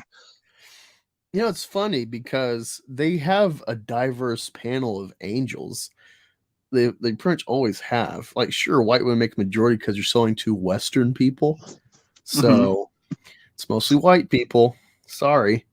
You know, you don't really complain about, man, there's so many fucking brown people when you're like in Arabia. Like, that is the majority, you know. Or in China. God, there's so many Chinese people here, you know, like no one says that in any other capacity, but it's like always West, they demonize white. And it's like they hate that whites have a space. It's vindictive. Sorry. As a powerful global platform, Victoria's Secret is committed to opening these doors for trans women like me by celebrating, uplifting, and advocating for all women. All right. Let me look this chick up because That's a trans one. That looks like a convincing woman, I'll admit. Rookie's finally seeing, like, damn, now I get what Angus is all about. Not bad. Not bad if that's true. Oh my. Okay, so this is the trans Sports Illustrated model. So, all right, when you look at her color palette, it's not that she's bad, but it's very obvious there's, like, you know, a male framework. Yeah, the jawline's a little bigger than the normal. Yeah, so, you know, I love, like, the full-on trap that, like, you know, you show a picture and it's like, man, she's hot. And like, she's got a dick, you know, like, you know, without seeing the full picture, you're like, oh, what a smoking hot babe, you know. So this girl, I'll go along with it. She's a girl, you know, but whatever. Don't look bad, but, you know, she wants to really pull it off. There needs to be some more work, or there's not updated pictures on Google yet. But that fucking shot right there is, it's like Cindy Crawford. Yeah. Interesting. So, Victoria's Secret fell to the woke mob. We'll see, hopefully in the 6 months, how much money they lost. Oh, yes. Because despite this, like, bullshit view of, like, I want to see diverse bodies, they got a fucking trans woman in there already. And it's like, you know, at some point, because this whole body shaming, fat phobia angle, at some point they're going to bring in some, like, have you seen the like assistant health secretary, the like trans thing? Has like Assistant health secretary. Yeah. Look up assistant health secretary Biden administration. Like, just I will, but share the screen first. Yeah, I mean, yeah, sure, he's right. They're all about inclusivity to make money. So yeah, this is a PR stunt, and I don't think it's going to work. It's the same argument with like Barbies. I want Barbies like me and stuff. And it's like, but like the appeal is because it's not like you. It's not fucking average. It's like an ideal God mode in a way. Like it's a subconscious kind of element, I think. Can you full screen? You walk into your new classroom. Okay. To meet your teacher, and you see me. What's the first thing that comes to your mind? Oh fuck. Homeschool. You walk into Yeah. your new Now, what's this one? Kind of rearranging my room right now, so I was now from Hey Teacher TikTok, I wanted to share a cute story that happened today. So like a lot of teachers, I have these little pride flags from Target, and I'm kind of rearranging my room right now, so I was thinking of a different place to put these, and I tried hanging them up outside my door. And while I was out there, the 6th graders were having a tour of the school. And I hear one of the 6th graders go, "Oh, look, she has those LGBTQ flags. That's so cool." And it really touched my heart, one, because middle schoolers are just so honest all the time, and I love that about them. And two, when I bought them, I felt sort of nervous not because I think there's anything wrong with being gay, because I don't, but just that it felt sort of performative because I'm a cishet lady. So anyway, it was just a really obvious moment of like representation matters, and I wanted to share that with you. Hey Teacher TikTok, I wanted to share a cute story She that knows happened. that like this is push. She's not saying it. She knows she's like pushing something. She says performative. Yeah. Whoa.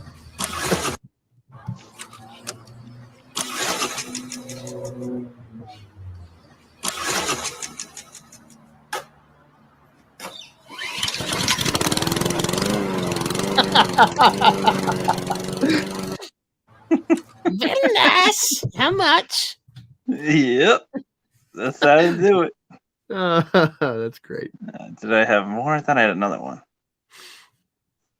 No. That Oh, voice. they you were probably blocked it or took it down. I had another one.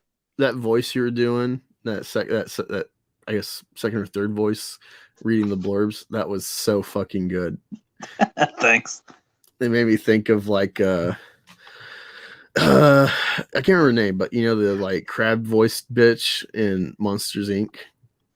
It's like Yeah, Mike Wazowski, can you please come to the front? That'd be great. Yes. Well, the last voice I was trying to do was trying to be like, Marge, an old lady with smokers thing here. I've been working at the truck stop for 35 years.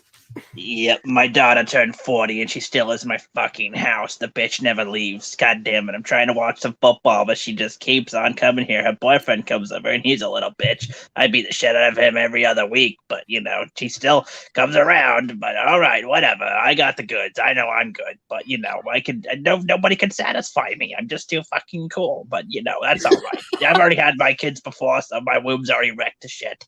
It's all right.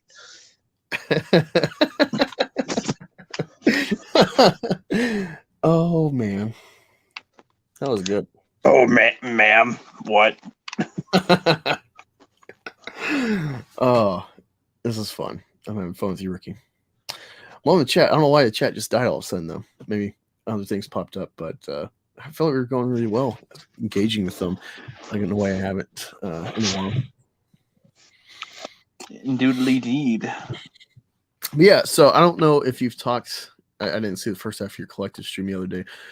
Did the Mangold tweets, does that come up? I actually don't think it did. We ended up inviting on Daytona Falls and it's a vase and ended up talking about Star Wars for a bit. So I don't think we actually got to talk about it. So yeah, we can diggity dive into that. It's funny if you don't know, chat, replay or current. You don't hear it necessarily. We talk about Star Wars, but like I know Rookie, and so like I know Rookie fucking 3 years ago has been tired of talking about Star Wars. Well, yeah, no, it's like it was an okay question and all. Like Flip was just asking, and then it was like, okay, it was all right. In my mind, we'd get it done quickly and move on, but they had a lot on their chest, so I was like, okay, that's fine. Well, what I mean is like me and Rookie we can talk about Star Wars, even with like new elements from Disney coming with like the shows, and have a lot of discussion and reflect on the whole saga and stuff, and have an enjoyable conversation about like, you know, deconstructing the new element. But in the YouTube sphere, when it always roots back to like Last Jedi or George is coming back or Kathleen Kennedy, like he's tired of that shit. He's just like, he's so done, like it's over for him. Like, I know Rookie, you know, he can come in and like watch something and give his take, whatever. He just doesn't care. He's kind of like, Star Wars is done. Just let it be done. You know, it's not the same Yeah, creator. I'm very black-pilled in that sense with Star Wars. I'm like, it's just over. There's no point. It's done. Pack it up, close up, bury it. Yeah. No, I'm just kind of revealing for the chat in the future, like they might not get that inference where like I hear that, even if it's not explicit. You know? Yeah. Yeah, we talk about Star Wars like in this way. Like, yeah, it's like, oh, Bad Batch. I'm like, I don't care. To put it in perspective, the way what I'm saying is like Rookie is kind of like Forrest Gump in the sense where it's like, and I went to the White House again, and I saw the president again, and yep, I'm like just so uninterested now. It's just happened enough. I'm good. And my due. But yeah, so we talked a lot behind the scenes when this is blowing up. What were your thoughts on the Mangold? Has there been any new insight revelation that you've heard that like it really exemplifies how you feel, or that is just so counter to like what you think the argument really should be? Yeah, I think it's kind of counter to what the argument should be. I mean, everybody kind of has it to where he shouldn't have said anything, and like where Mangold shouldn't have responded to anybody on Twitter. And I think that the amount that he responded was kind of odd, like tweet after tweet after tweet after tweet. That's kind of weird. But initially, in general, I don't think it's a big deal. Like, you know, he called Matthew, I think he called him a nerd in his basement, so he can bitch about stuff and whatever. It's like, that seems like the perspective most people in Hollywood have anyway. So it's, I don't know, by now for most of us, it's not really like a new insult. It's kind of like, okay, it rolls off my shoulders. Like, that's what they'll say.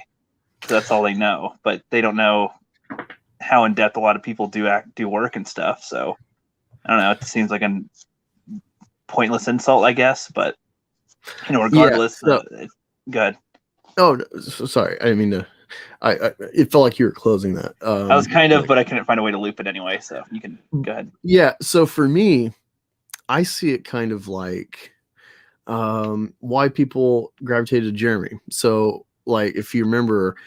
I mean, we've talked about this, but for the chat, like you may not remember, there's this one guy, B Level, who he was part of the Phantom Menace. He's this big EU fanatic, and he has like little clique he was with, and they all fell out from the Menace because they felt it was just like MAGA, and they're all kind of extreme leftists, and so then they just got fucking Jeremy / Phantom Menace derangement syndrome, and they couldn't like piece out the point of why this faction gravitates and is largely conservative or Republican or pro-Trump, etc., and why this politics wraps into these topics. You know, they want like just entertainment discussion. They don't realize like we're beyond that. You know, EVS was not fired, but he was never he was kind of Gina Carano'd in a way because of his political affiliation and the fact that like you have to toe a line or be quiet, and pretty much you can't be quiet for long without towing the line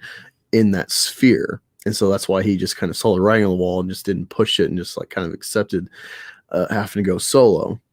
And that's kind of the same thing in the Star Wars and just entertainment in general in Hollywood, you know. And so that's why that wraps into this discussion. Anyway, people might see him hitting back and you know, this kind of discourse against B Level for his laughing at his criticism and whatnot, and bring a spotlight to that as like, well, why punch down? You're so much bigger, this and that. And there is an argument to that because when you have such a big following and you like everyone's going to just like swarm a tiny guy with just hate or, you know, whatever, just negativity, it's overwhelming, and you may not be aware of that full spectrum we need to punch down necessarily, but people like Jeremy, because he's like, hey, you talk about me, I'm going to hit back. And even though he wasn't tweeted at by Matt Kadish in that thing, like one or two things in his initial thing was wrong, or just like, you're the same people that bitch about Spielberg's Crystal Skull. So saying Spielberg isn't directing Indiana Jones for 5 as a criticism is kind of stupid when you're part of a faction that hates number 4, which he made. And Kathleen Kennedy produced the last 2 of the original trilogy of Indiana Jones. So, there's that element. And then also Kasdan was one of the first screenwriters or whatever for Indiana Jones, but that fell apart, and his script is not part of Mangold's Indy 5, which may not be public knowledge at that point. So that'd be a fair mistake, I think, because it was all, I think it's always been assumed for a while Kasdan's script was still the template for this movie. And if he, of course, interjected pansexuality for diversity shit, in Solo, which I'm fine with pansexuality as an idea for Lando or something. Like, it makes sense that he would fuck a lot of things in space. He's a horn dog, but it's kind of implied that he's hetero, from what we've seen. And it's kind of just to leave him alone. But, it's one of those, like, I could see that kind of embellishment of the character, but the fact that you made him pansexual, not with like some alien or something, but with a fucking robot and a feminist fucking droids rights, over the top SJW droids, just, it's very on the nose. And that's Kasdan, his work. So, it's fair criticism of Worry, but yeah, like, the guy is making Indiana Jones 5. Do you not think, like, you put it out into the ether in public, and this guy is making this film and it just started production.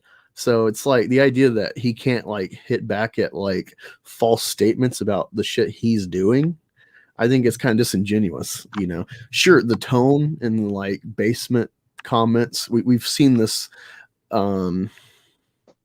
ire from Hollywood for the people that have established these franchises, like the generalized audience,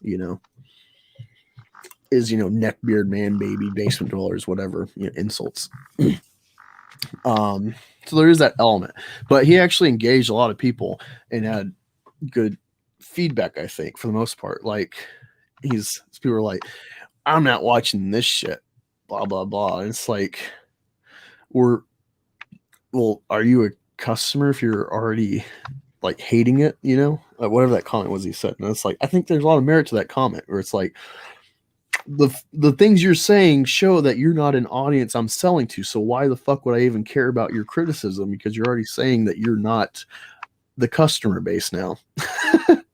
Yeah, that's part of the thing, is that a lot of these people are saying these things to him, but it's like, well, are you my customer or not? Because it kind of seems like if you're not, then why do I listen? Why should I listen to you? Yeah, think of it this way. When, like the Zack Snyder thing and like happened, even though Jenner was on that stream, he was part of like that networking behind the scenes for this thing with him, with Uche and company. But at the end of the day, like the slander or the perceived slander, whatever, of Geeks and Gamers is a slight against Jeremy, because he is Geeks and Gamers. That's his brand, And so if you root for Jeremy in that perspective, which I don't blame you for, I think it's valid, then could you not infer that for James Mangold with Indy 5? This is like his thing. And you're like kind of slandering this production already without any real knowledge of any in-depth stuff.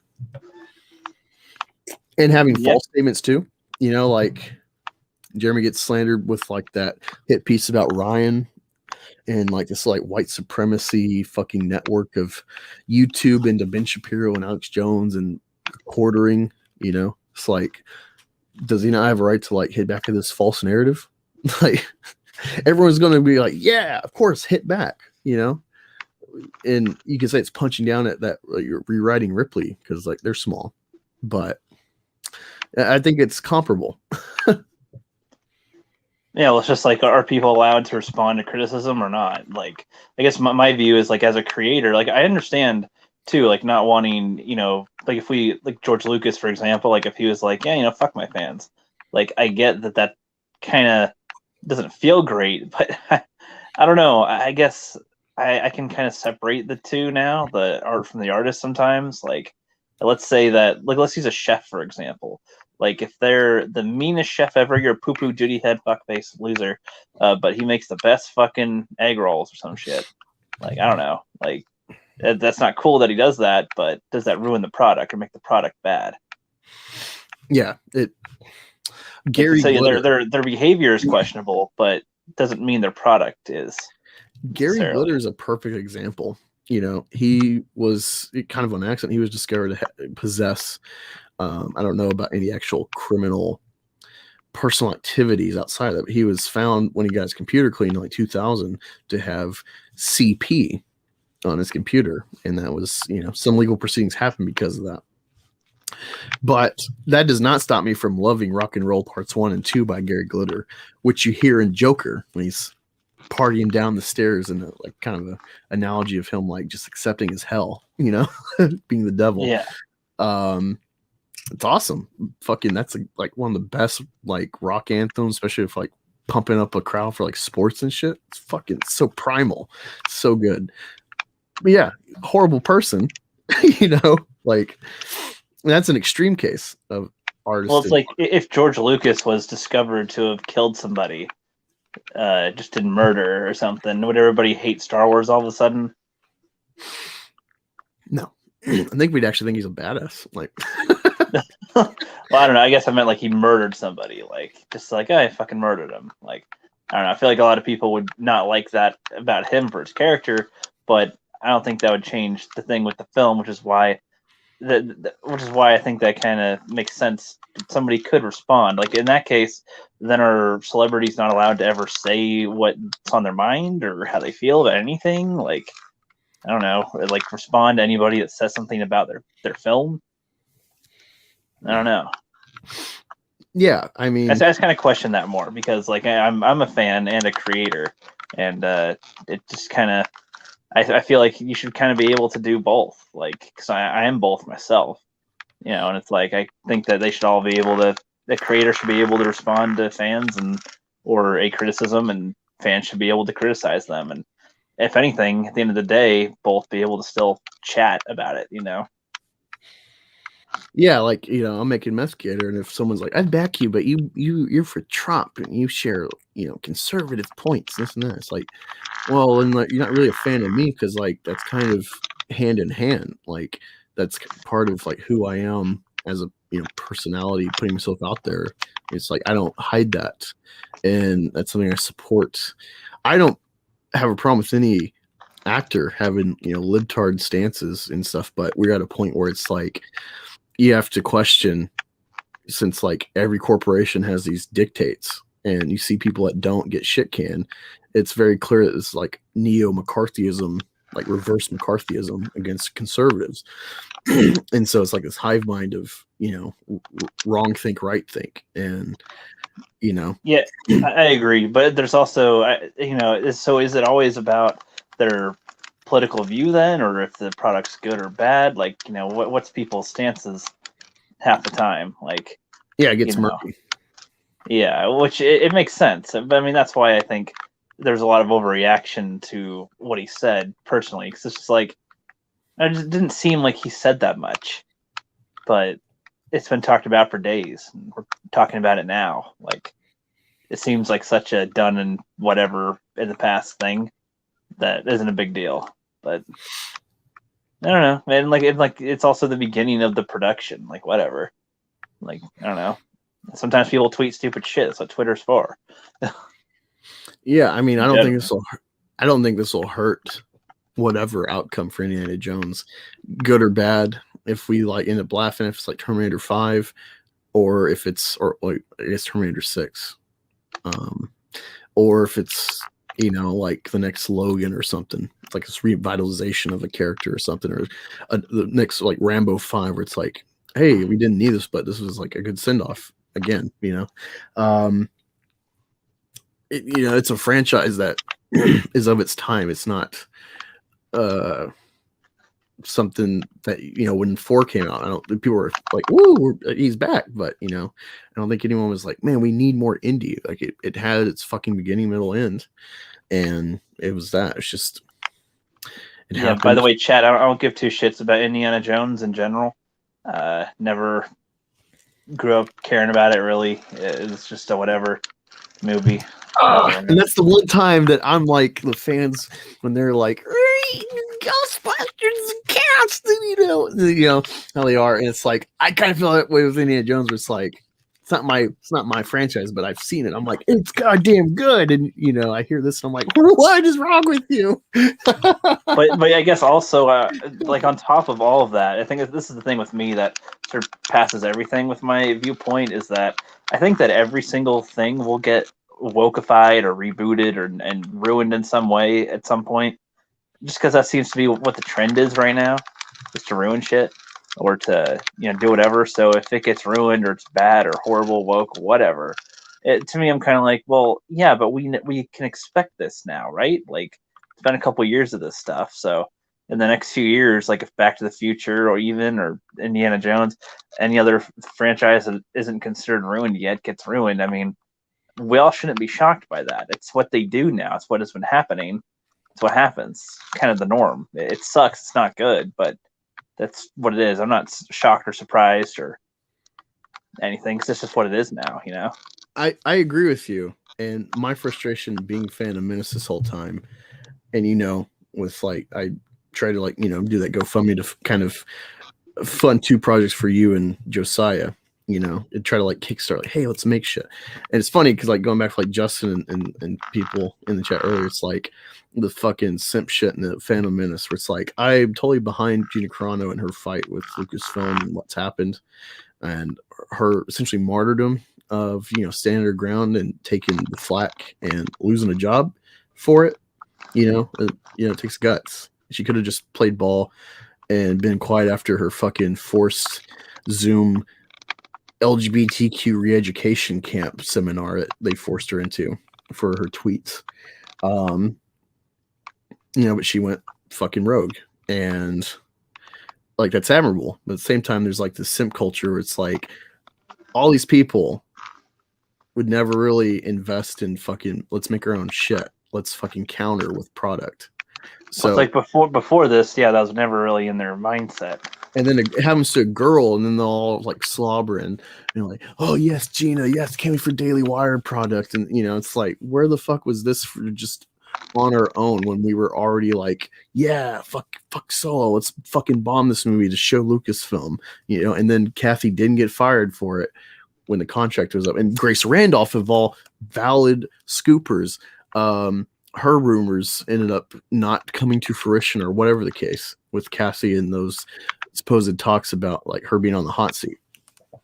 And so when that didn't happen, it's like, all right, this was like a clear point of like Joy Stars if you want, but like this is so important. Like we need to like, if we're gonna fight the fight, like we need to like make our own shit. Let's get behind Star Wars 3. Let's do that, but like not fucking bound by copyright and fan film restrictions. Like let's do our own valid products, however big they can be.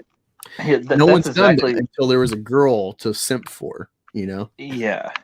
Well, and that's exactly why when people ask, like, would we want George Lucas back if he could or something, somebody to take over, my mindset is I don't want anybody to fucking control it at all. I want them to bury it as it is and give the free reins to anybody, any studio, any fan film, any whatever, so that anybody can make whatever with it without trouble. Yeah, well, like, go on a Black Jedi, go through his catalog. There's a video about George Lucas where it's like, I think it was like a stream or a video on like Star Wars channel or like a related channel that like got deleted or hidden because Lucas he's answering questions like this black kid about Star Wars or something about what he would do or what he thinks about the new things. He's like, yeah, you know, it's fine stuff, but you know, he's pretty much alluded to like this shit's being compromised by agenda. You know, like political agenda instead of like storytelling. Because Lucas had an agenda. He was anti-war. He viewed America as like the new empire, you know, just like the British Empire, that we've like come full circle from fighting tyranny to becoming our own with Vietnam. You can believe that perspective or not, but that was his perspective writing Star Wars. You know, Palpatine is really like an allegory for Nixon and shit. That was his explicit kind of implied intent, but it's so subtle, you know, that he made something that like you can infer that and pull it out, but it's not obvious. It's not pointed, like anti-capitalism PETA shit in Last Jedi with like the casino planet and the horse racing and shit. With Ryan Johnson, where it's like just like it's so in your face.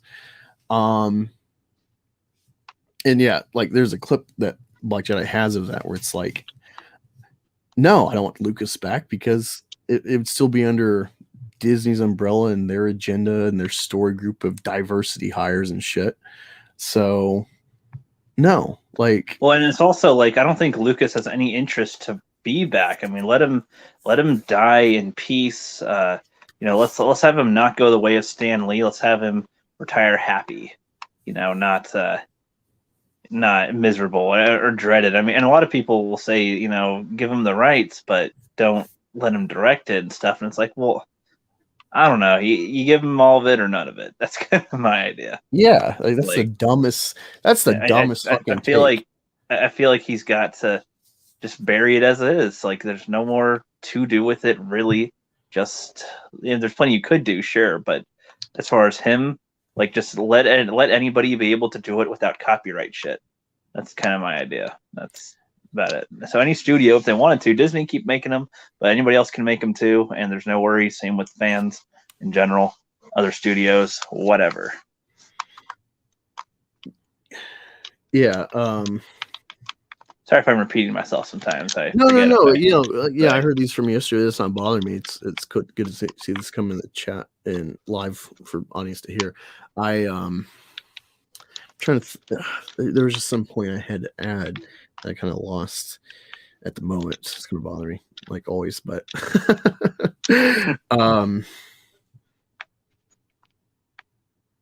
yeah, like I think you have a point about like, well, yeah, these franchises are established are gonna, you know, become wokeified. Like the trend has proven itself. This is like the course of like this phase of entertainment. They keep pushing, and they're either not facing financial consequence, or if they are, they don't care because they're padded, they're insulated from the damage, or it's like a write-off or whatever the case.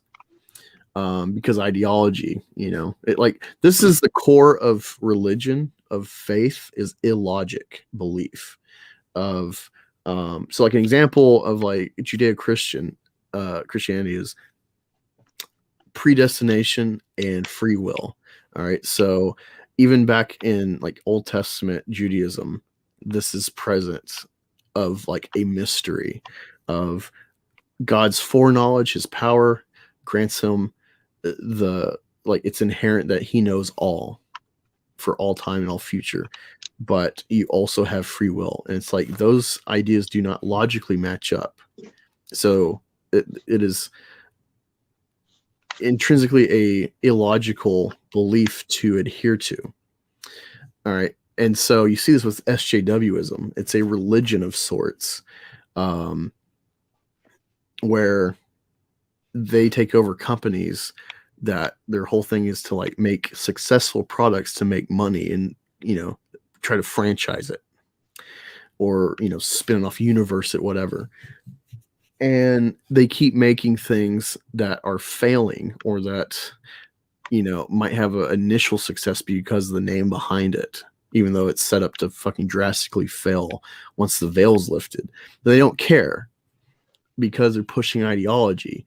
And if you don't like it as a customer, then you're a bigot. And then like that's illogical. And the fact they have this directive, it shows the cult of this ideology, that it is full religious. It, you know, even though it's not necessarily easily organized and codified, it is a religion, this Borg mind. And also the illogic of you know, like one day Asians are whites because they're actually more rich than white people, like per capita, or however you break it up, Asian people are more successful financially in this country than white people when we're a systemically racist white country, supposedly. And so they'll graft them into whites because of that's like rich wealth is part of like the critical race theory shit of oppression, even though you have like first generation immigrant Asians more successful than established white people. And then at the same time, they'll flip flop and say, stop Asian hate. And then they'll be like Black Lives Matter. And then it's like these end up coming out ahead because you're seeing so many examples of attacks on Asians by black people for whatever reason. And but then when a minority attacks another minority that's at stake for the discussion, it'll be white supremacy. You don't have to be white to be a white supremacist. And so it's all these like stacks of illogic thought for this religion. They gotta maintain faith, you know. It's like some denominations of Christianity and religion in general will kind of steer the course of their dogma based on like new scientific discovery, you know. And sometimes it can work where it wasn't like hard pressed knowledge. So you could have this belief and it fit, but then science reveals something and you kind of got to adjust, but it doesn't really affect dogma. It was just kind of a gray area that's now understood. But if you had something like homosexuality proven to be genetic and not a deformity or a disorder, but a recessive trait in humanity that's naturally like redheads, a minority of occurrence, naturally so, then a lot of religions would have to, you know, either just erase those things that for all time before said sin, evil, death, and either have to like erase that or completely adjust and dodged up, dip, dive, and dodge around that pre-established dogma. Yeah.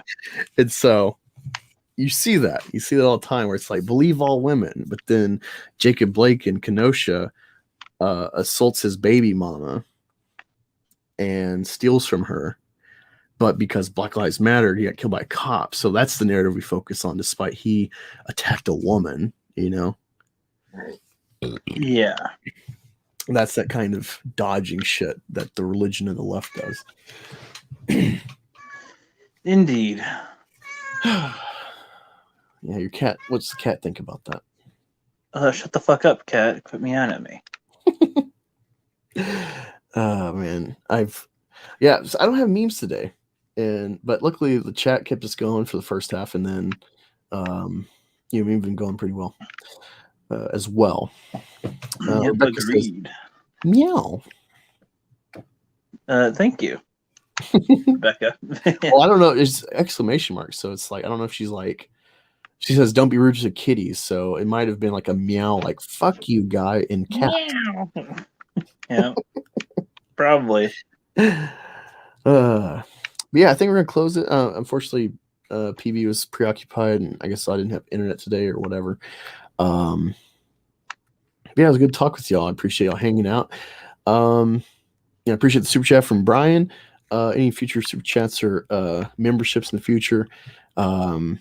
Just you watching or sharing this on Twitter, helping build an audience. That helps with the revenue as well, because I'm trying to make a comic, and right now I'm on workers' comp, so I'm not really making overtime to try to stack that to make my comic. So I really appreciate any help in those various ways, like I said, from y'all. Yeah, super chats will also help you get super content from the future. I wish Mike Zero would do live streams. Yeah, he needs to return. Does he still make videos? Oh yeah, he still pumps out shit, but he like never interacts with anyone. Oh. Yeah, he fucking pumps and dumps. Oh man. The diddly sticks. Yeah. But yeah, anything you want to say in closing? Shill anything?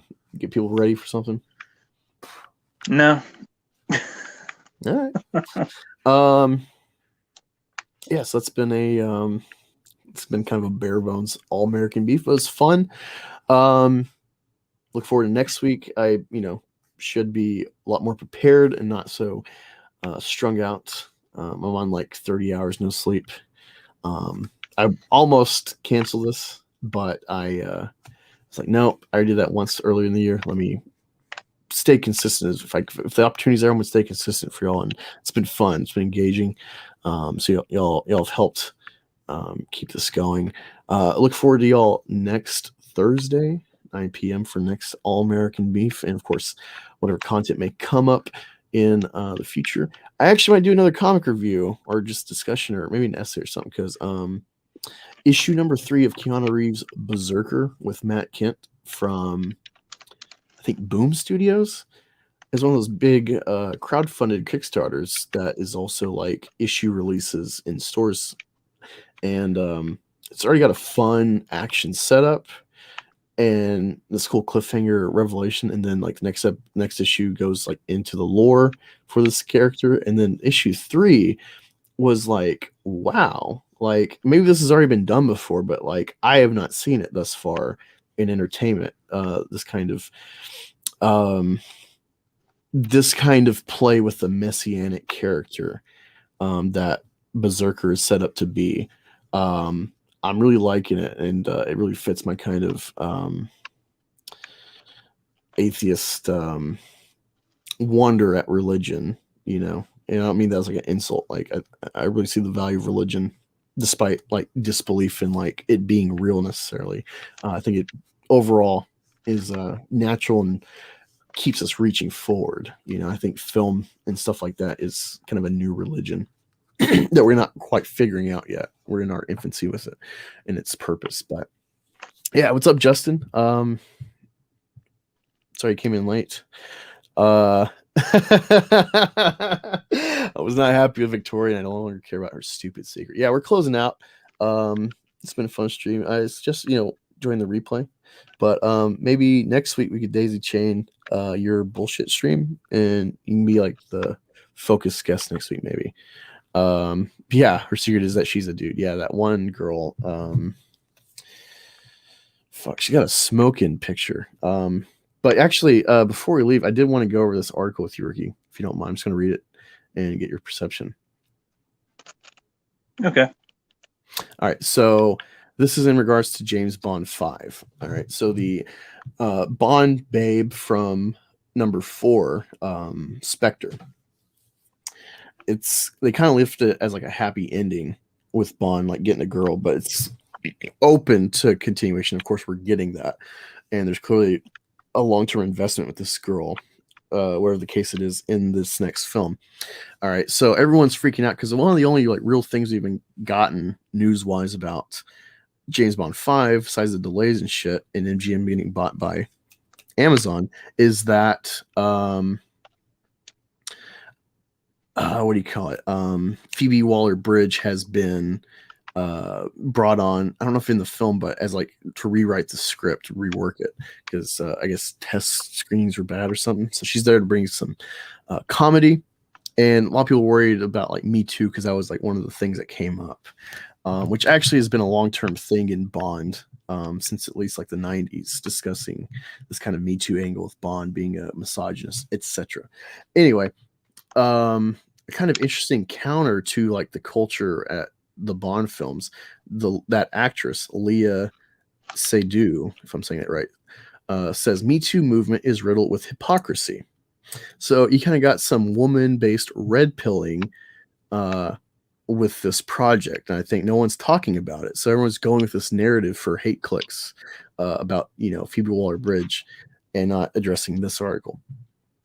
So she says she feels that the Me Too movement is riddled with hypocrisy because a lot of victims only chose to speak out after the campaign began. In an interview with Harper's Bazaar, Seydoux, who stars in the upcoming Bond film No Time to Die as Dr. Madeleine Swan, said that people kept quiet about levels of harassment before the movement started, reports Daily Mail. There is a lot of hypocrisy because people knew, and they take advantage now to say, yes, I've been a victim, and they become heroes. Come on, says Seydoux. The actor admitted that she believes the way forward is forgiveness, saying, "A hero for me would forgive. We need forgiveness, right?" She also said there should be less focus on women staying together in solidarity. It's good to be a feminist, but we should be masculinists too, and vice versa. Men should be feminists. We should support each other.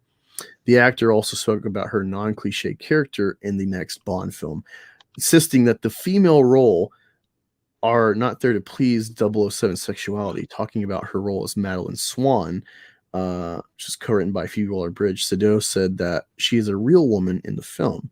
My character is not a stereotype. It's not cliched. She's a real woman and an interesting one. That's what we needed. The actor insisted that the other female roles played by Ana de Armas, Lashana Lynch, and Naomi Harris are also not here to please Bond's sexuality. In addition, she also pointed out that James Bond, played by Daniel Craig in No Time to Die, is also a sexual object. I think what we forget is that James Bond is also a sexual object. He's totally a sexual object.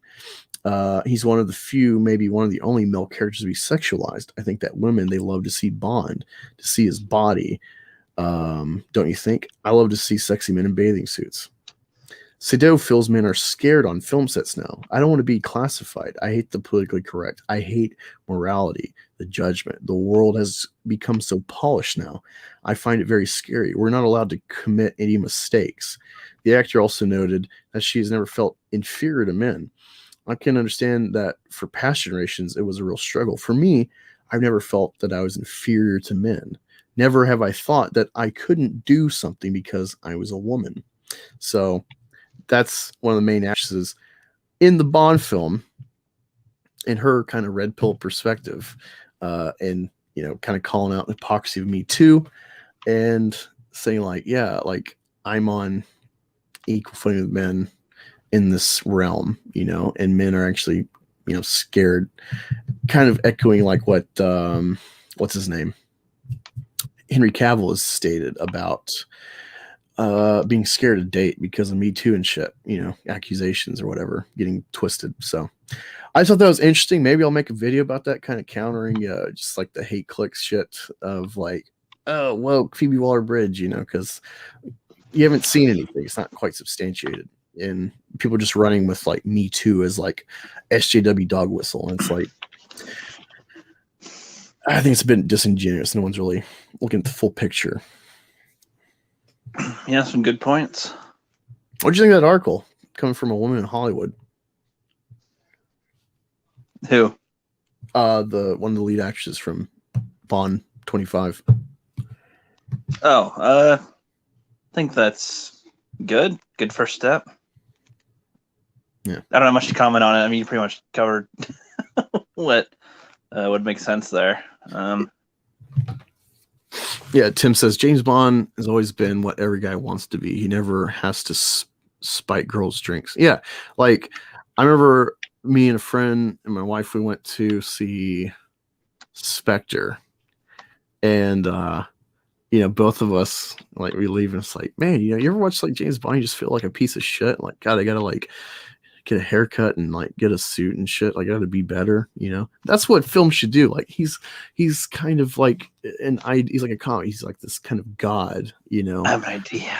He's like a ridiculous idealized standard, you know. That, like, you can never hit all those check marks. If you did, what kind of life would you be leading, really? You know, being that like confined, you know, in your own head, your presentation, everything. But yeah, like, that's what shit should do. Generally speaking, I think, you know, films like this, the hero should be inspiring and more than just, hey, the hero did good, but like, you want to be that guy.